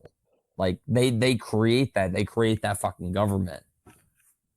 Well, so I understand like what you're saying, but you're fucking wrong. But you're a fucking idiot. You statist piece of shit. I'm gonna put it as I talked to Slappy and Raul after we were done recording, but it was more or less like, dude, like I just don't call myself an anarchist because I don't think like that people are ready for that, right? I'll never stand in the way of anarchist ideals. Like I'm never gonna say that, oh, you can't build the roads. Like that's a stupid statement. That's retarded. Like you can't build the hard flat surface. Well, so the way that I always explain it to people is that like I'm an anarchist in the sense that I believe that that's the ideal system. Yeah. Right. Like absolutely. I don't vote, but I'll always support, less government, means of less government. The smaller the government, the better, but the best government is no government. Yeah. No, and to me, anarchism makes sense because even if, I believe too that most people are just pieces of shit. Yeah. Especially today. Right. Yeah, it's even worse. And like just knowing that by myself, I'm like, I don't want those pieces of shit to have any power over anybody else. Yes, that's my big fucking thing with people is like, you know that human beings are pieces of shit. No, but Why even do you if- want these fucking people to have as much power? Yes. Even if, thank for you. example, you had like your picture perfect Nozikian night watchman state where it's just defending rights. Yeah. Yeah. Even if you're down at that core, like where do you There's think still that people people in are going to charge. gravitate if they have positions of power? Like even cops. Yeah. Like the big thing that I have against cops is that most cops to me are the pieces of shit that, just want control. Exactly. Oh, yeah. So like Right. my entire family. If you set up anything, no matter how small, like any kind of government where they have a monopoly of force and you have these shitty fucking people that are bred by a system where there's a government and we have like this mentality of thinking where people just don't leave each other the fuck alone. Yeah. The shitty pieces or the shitty people are going to gravitate towards whatever system that you set up. Like we all know that fucking douchebag piece of shit busybody kid that always wanted to be like the student council president, right? And then they got out into high school and college and they studied government and now they're working as like a campaign aide to some like- piece of shit fucking politician.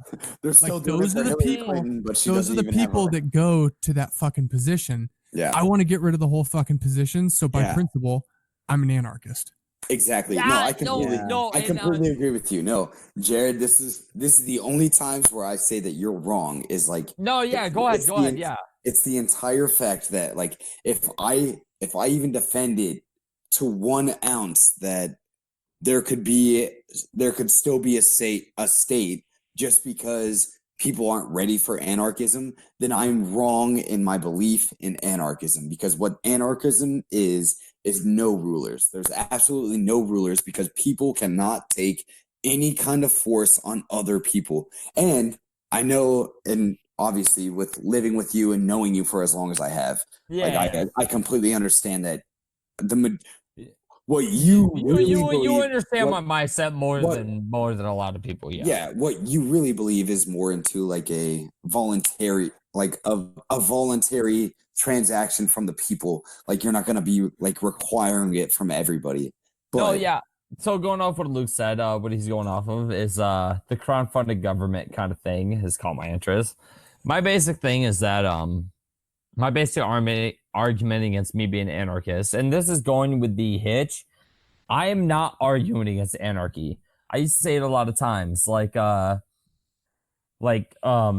can have all your fucking systems of government, but the only thing I truly do believe is that utopia will never, ever be And that's- achieved through government. So that's the That's number it. one thing that people need to understand is that Yes. anarchy is not a utopia. it's Yes, not yes, even a little yes. bit. People are always going to have And their that problems. utopia, and that 100% utopia is not going to be achieved through And that's government. just the way that because like, that's the people whole basis perceive of like anarchists. socialism. Yeah. That's just the way that people perceive anarchists, that Yeah. they think it's a utopia.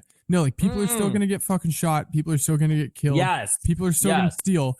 It's that I don't think that any power of an individual should be centralized into the hands of a few. Yeah, Yes. exactly. No, Completely agree. So and I 100 and I like- 100% agree with that statement, by the way. 100%. so that's all it is. Like Yeah. Jared's an anarchist. We won. Fuck you. Well, like my whole thing is like when I say I'm an anarchist because I want to say I'm an anarchist because I want people to see that it's possible to be an anarchist and to preach non-aggression principle and to preach non-violent resolutions. And that's my whole point of saying I'm going to go to the full extreme and say I'm an anarchist just because like I understand you, Jared, when you say that you're a anarchist just because you don't think people can't handle like that idea. But that's why we live in an age where if you repeal laws that say that you can't pump your own gas, that people freak the fuck out. Right. We yeah, understand that. and that's why I'm saying I'm an anarchist because I want to show people that it is possible. I Yeah, understand don't that, want people. and I respect that, and I'll never fight against it. Yeah. Well, I yeah, think- no, I understand. I'm not saying that you're wrong. I'm not saying I'm right. I don't even fucking know. I'm probably fucking I'm a We're all drunk Marine Marines. right We're now. Well, all right, so like But I saw somebody tweet this earlier, and it's this guy. It's at Real Paul Boyce, BOYCE. I just giving him a shout out because I really truly believe what he said, and it's like if you think something is a good idea, convince me, not legally force me by threat of imprisonment. Exactly. If that's the case, Yeah. then perhaps that means that the idea isn't so good after all. And I completely agree with that statement. It's like everything with like right now where it's the, socialized healthcare or even like a national military or things like that. It's like if you can convince me that it is not a good idea or that it is a good idea, my bad. If it's a good idea, then I should be able to voluntarily give to it. If you have to convince me by force, then it's bullshit. probably not a good idea. Yeah. And I think And that's like fuck you, and I think that you should get a fucking bullet between your eyes. Well, no, you, that's one of the things is so when you ask most statists when you go into like, oh, what war do you think was, like worth it? And they say World War II. Well, funny fucking fact. There's lots of statistics that point to that we never even needed a draft. So when you look at that whole fucking comparison is like, oh, we need the government to like fight wars to stand in military. And it's like, well, actually, if the war is actually really justified and there's somebody that's really aggressing against an entire demographic of people, a lot of people will just volunteer to go fucking fight that shit. Yeah, I mean, most people did fucking volunteer. Yeah. For the military back No, then, there's right? whole studies that were done where it showed that the United States in World War II, which is like the neocons' base for every other war, but World War II, it's like, oh, we didn't even need a draft. Like most people were trying to lie to get in. Come on. Yeah, I mean that's it's like the whole if you think that I should pay for something, if you think that I should be forced to do something, then like convince me and I'll fucking do it. And that's one of the things that I always point out to people. It's like, tell me something that you're unhappy with, and I can tell you exactly how it would be better if government got out of the fucking way. 100%. Right? And because that's all. Like if government gets out of the equation and there's no force, like those marketplaces where you got the supply and demand, even with like ideas, just get better. Yeah. No, it really just gets to that where it's where a lot of us, even the statist libertarians and the non-statist libertarians, where we come together on, where we're talking about like censorship on the media and the social media, where it's like, no, we bring this shit to light, like sunlight. Because the second these ideas come into the public, they're shit because they can get fucking dissected 100,000 ways. It's easy. Yeah, if people were out like on the streets preaching like, yeah, fuck all black people, everybody would be like, what? Like, shut the fuck up, dude. Yeah, it's like, fuck you, bitch. What the fuck? What are you, a fucking faggot? Fuck you. When you make it, or even like the Holocaust, right? Like Holocaust deniers. Yeah. It's like, well, if you didn't have all these laws against like saying the Holocaust didn't happen or whatever, and I'm not saying whether it did or didn't or anything like that. It's just like you could get to the truth, right? Yeah. No, but the more that you try to like persecute people for their beliefs, and it works in anarchist favors too, like it just proves that they're right, like that you're worried about like what they have to say. And that's like my thing is that to me, anarchism and no government is inevitable because the whole system is fighting against nature. Yes.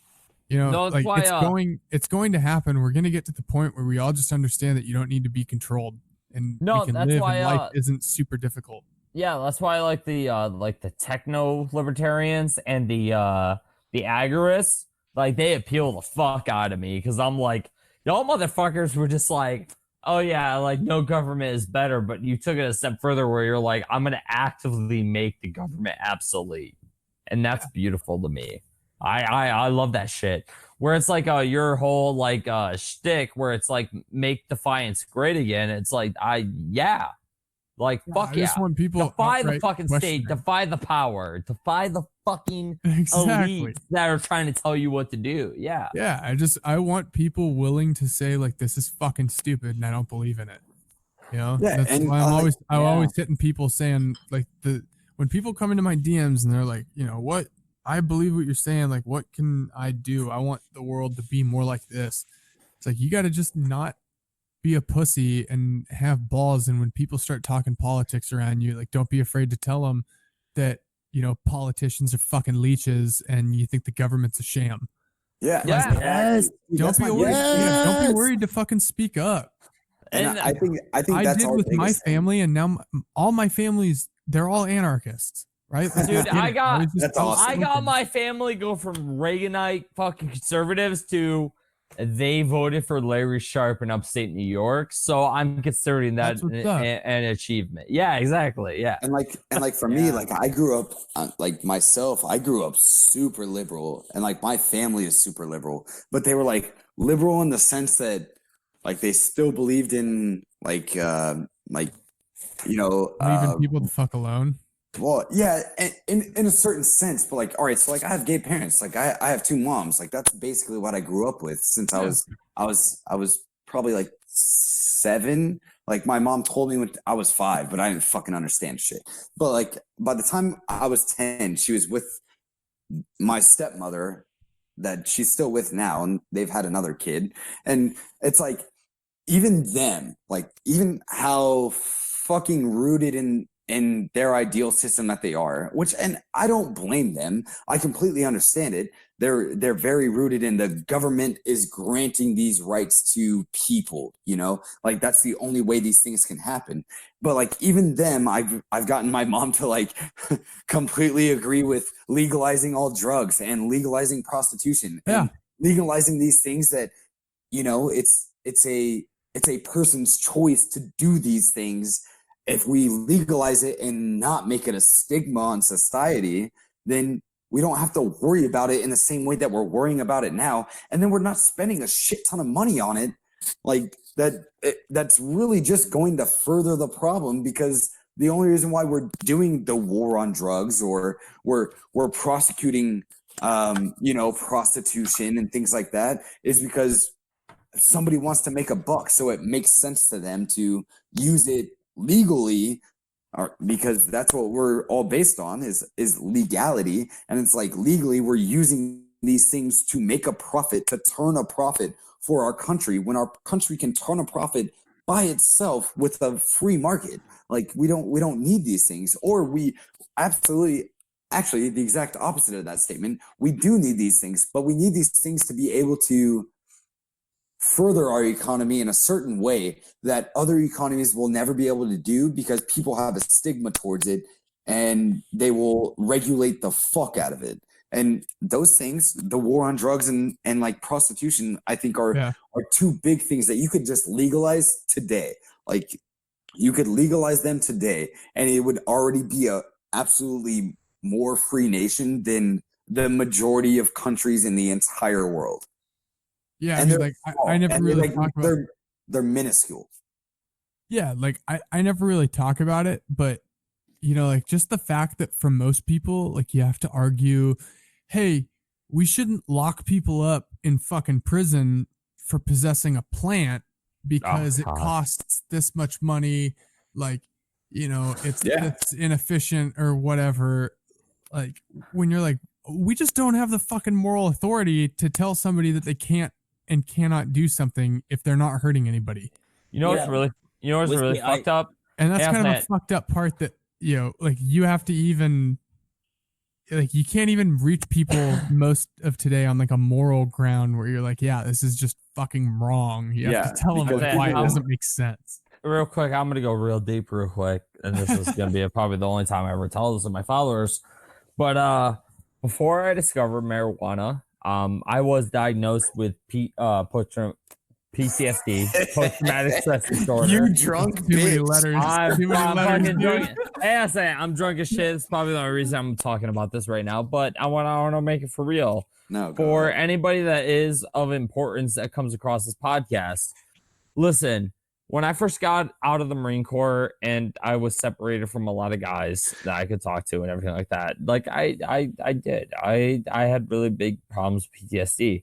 And when I was in the Marine Corps and I had the PTSD, my solution was alcoholism. And that was very bad. Fucking That was a very bad phase of my life where I would drink until I was blackout fucking drunk and I felt comfortable. And then I would do a lot of stupid shit.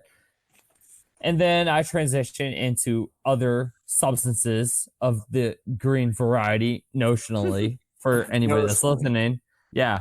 And it solved a lot of my issues, just having those few seconds to relax and condition myself. And it really gets into where, the government's creating a lot of these fucking problems with human beings, putting them in these really stressful situations, and then coincidentally locking them up for trying to deal with these stressful situations. Where I've actually seen a lot of things that got me into libertarianism was guys getting locked up or guys getting arrested for, like smoking marijuana or doing things that, help them deal with the realities of what they've dealt with. And it was one of those things where it's like, it just added on to the whole pile of the government, the same government that sent me to go fight their fucking war and to fight their fucking battles and to win their fucking battles, to do everything I could do to the best of my ability. They don't give a fuck about me. No.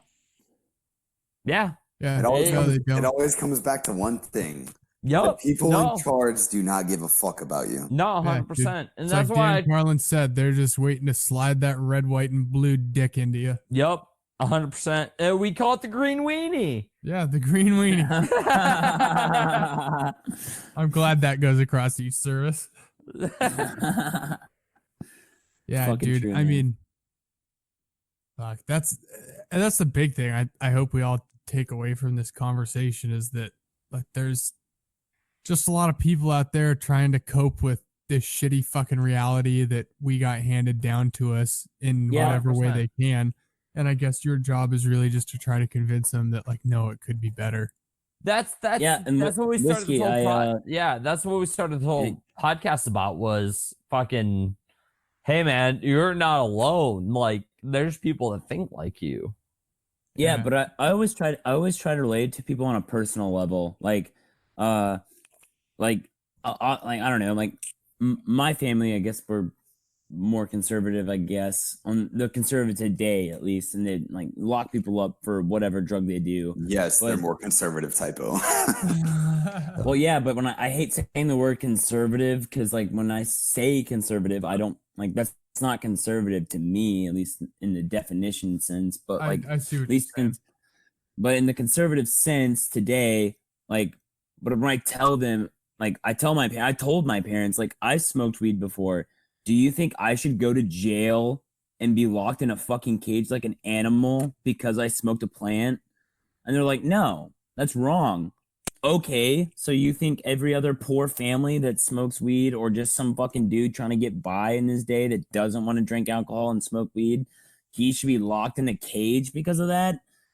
And when you put it in that perspective to people, they're like, well, I don't know. They don't know what to say. They don't know how to defend themselves anymore. Like, oh yeah, dude. I mean, I'm drunk and high off my ass right now, sitting next to a shelf full of guns. Cross-faded as fuck right now. And it's like I'll gladly kill fucking anybody who comes and tries to tell me not to do what I'm doing. Yeah, like there's nobody has a fucking right to tell me not to do this. Yeah, like, I'm alone. I've got what are you doing wrong? Like I'm talking with friends about important shit, smoking weed. I'm not out like fucking killing people. Living my fucking life. You have no tell me what I can exactly.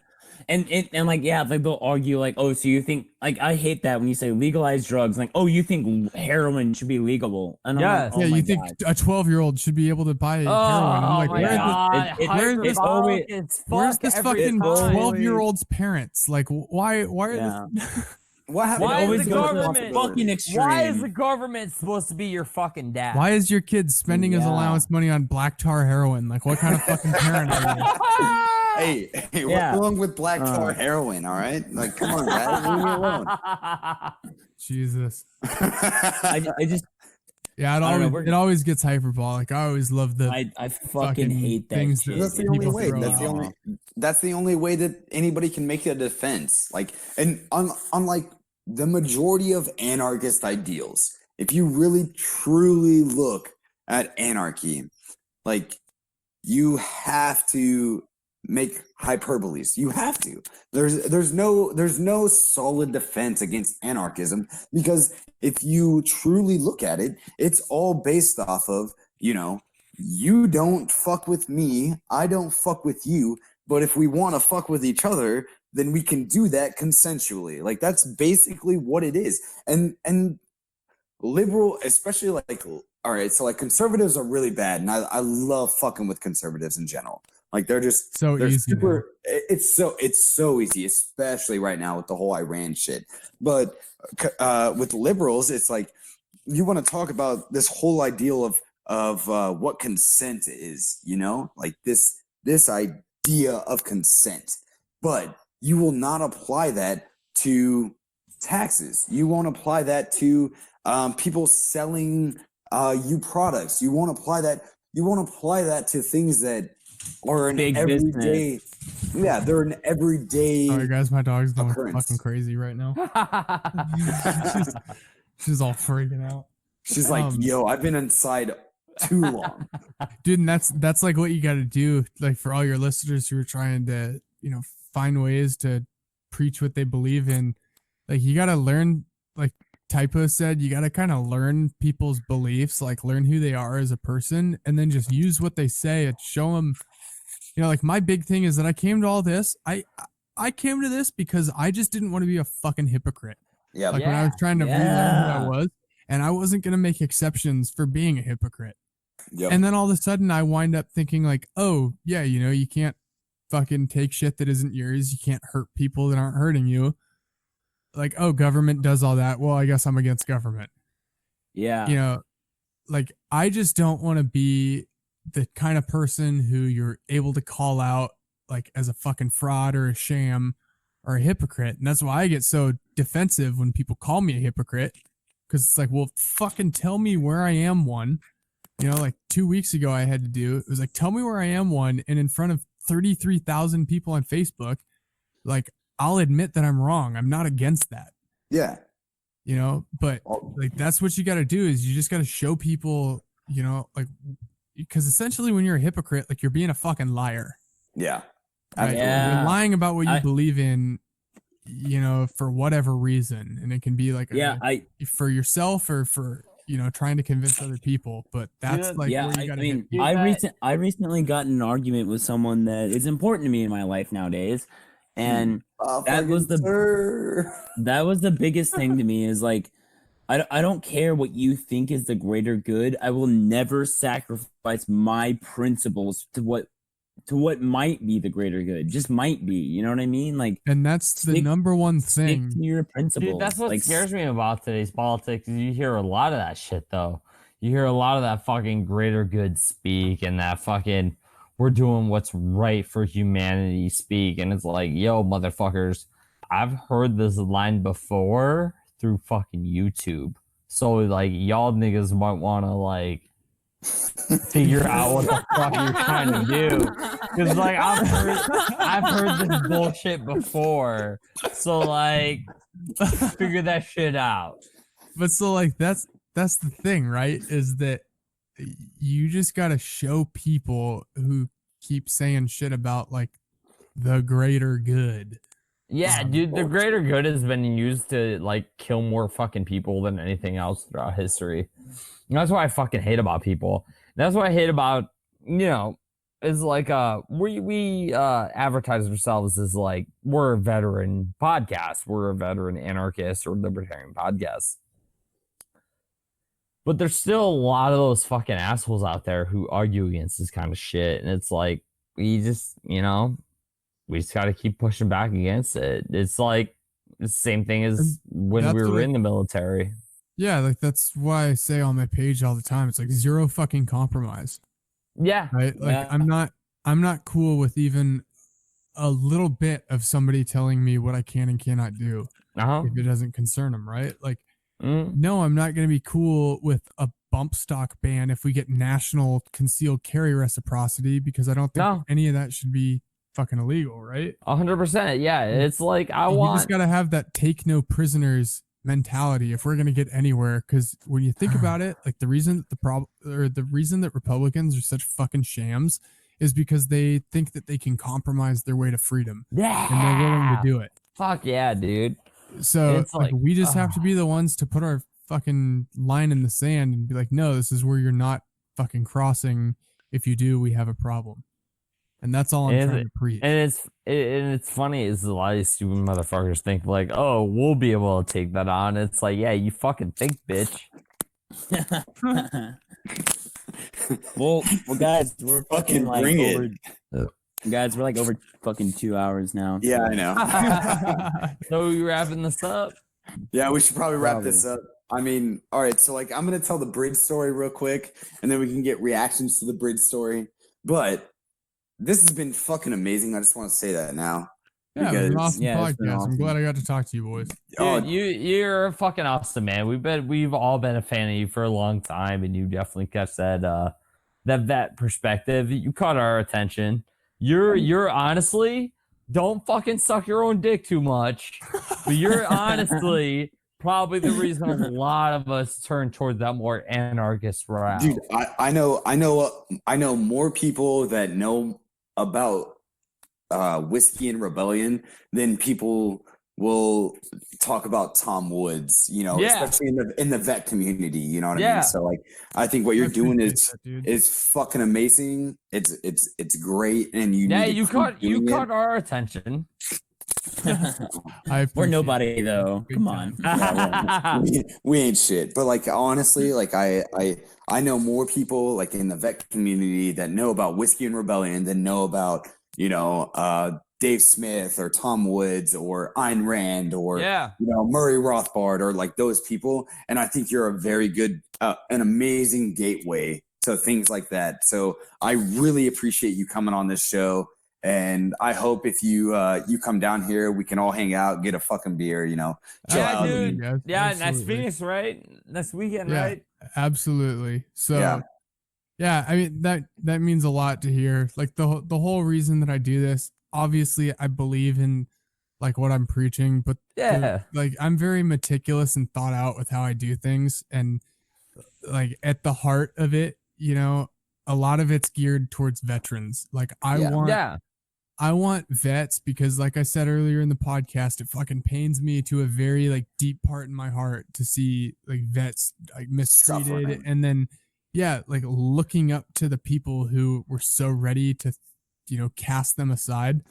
Like that hurts me, and I want to reach out to these guys. I want them seeing that we don't have to live in a world like this anymore. And I think that one of the groups of people that are going to make that a reality are veterans.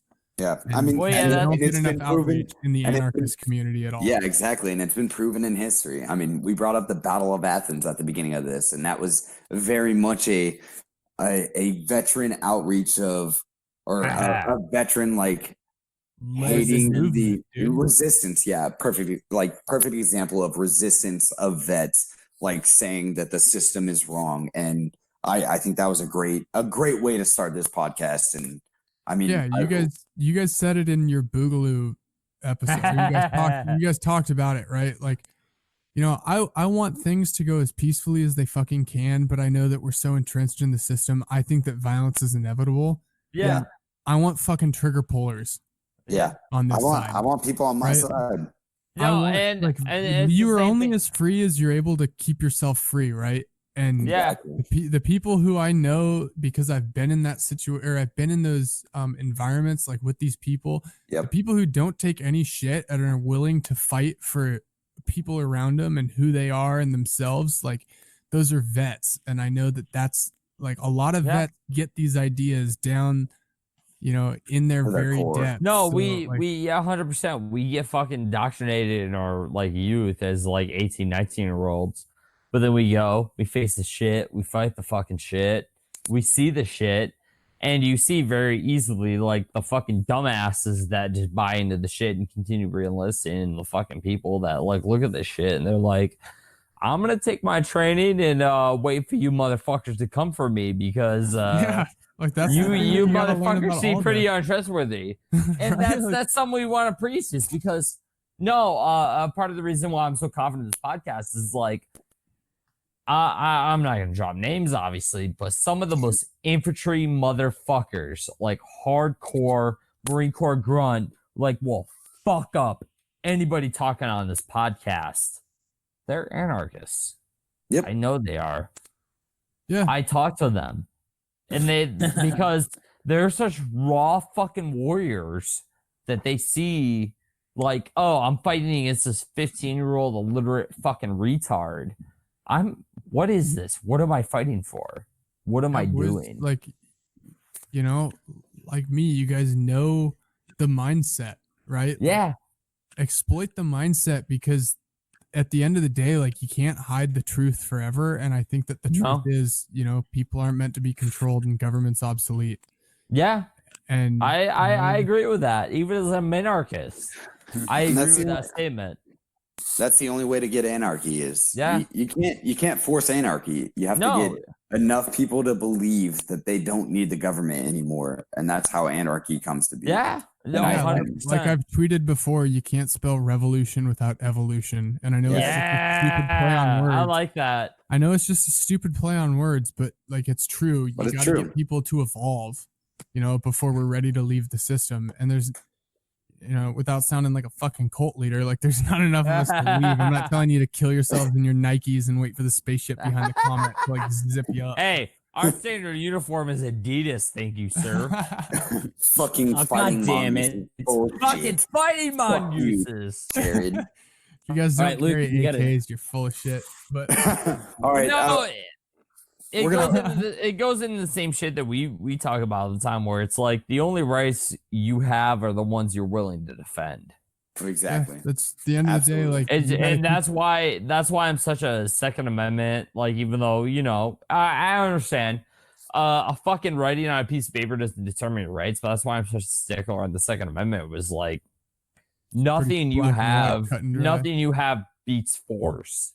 So it's like, if you want to retain your rights, you have to present an amount of force that makes the government scared. No, like, as drunk and stumbling as that Dude, was, I'm you're fucking straight up. ass that. I've never heard. Yeah, I'm that's drunk off my fucking ass right Yeah, now. he hasn't- I already hasn't finished the drank in a 12 while, pack, and I'm obviously. working on the rest of my 12 pack from last year. Oh, good job, buddy. Congrats.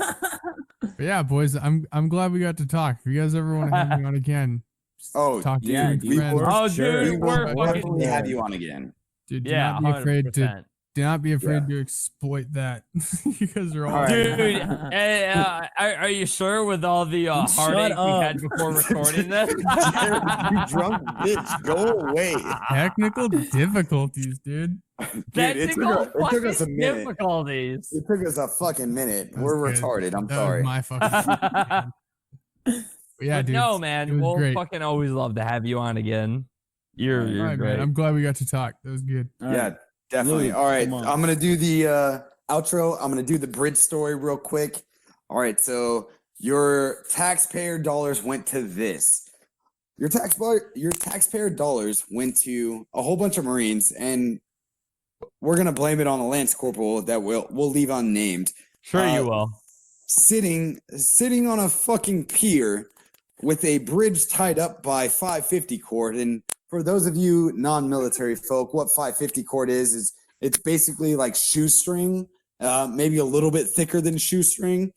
So we have a bridge, and when I say a bridge, I'm talking like a 70 to 100 foot bridge tied up to a post on a pier with 550 cord.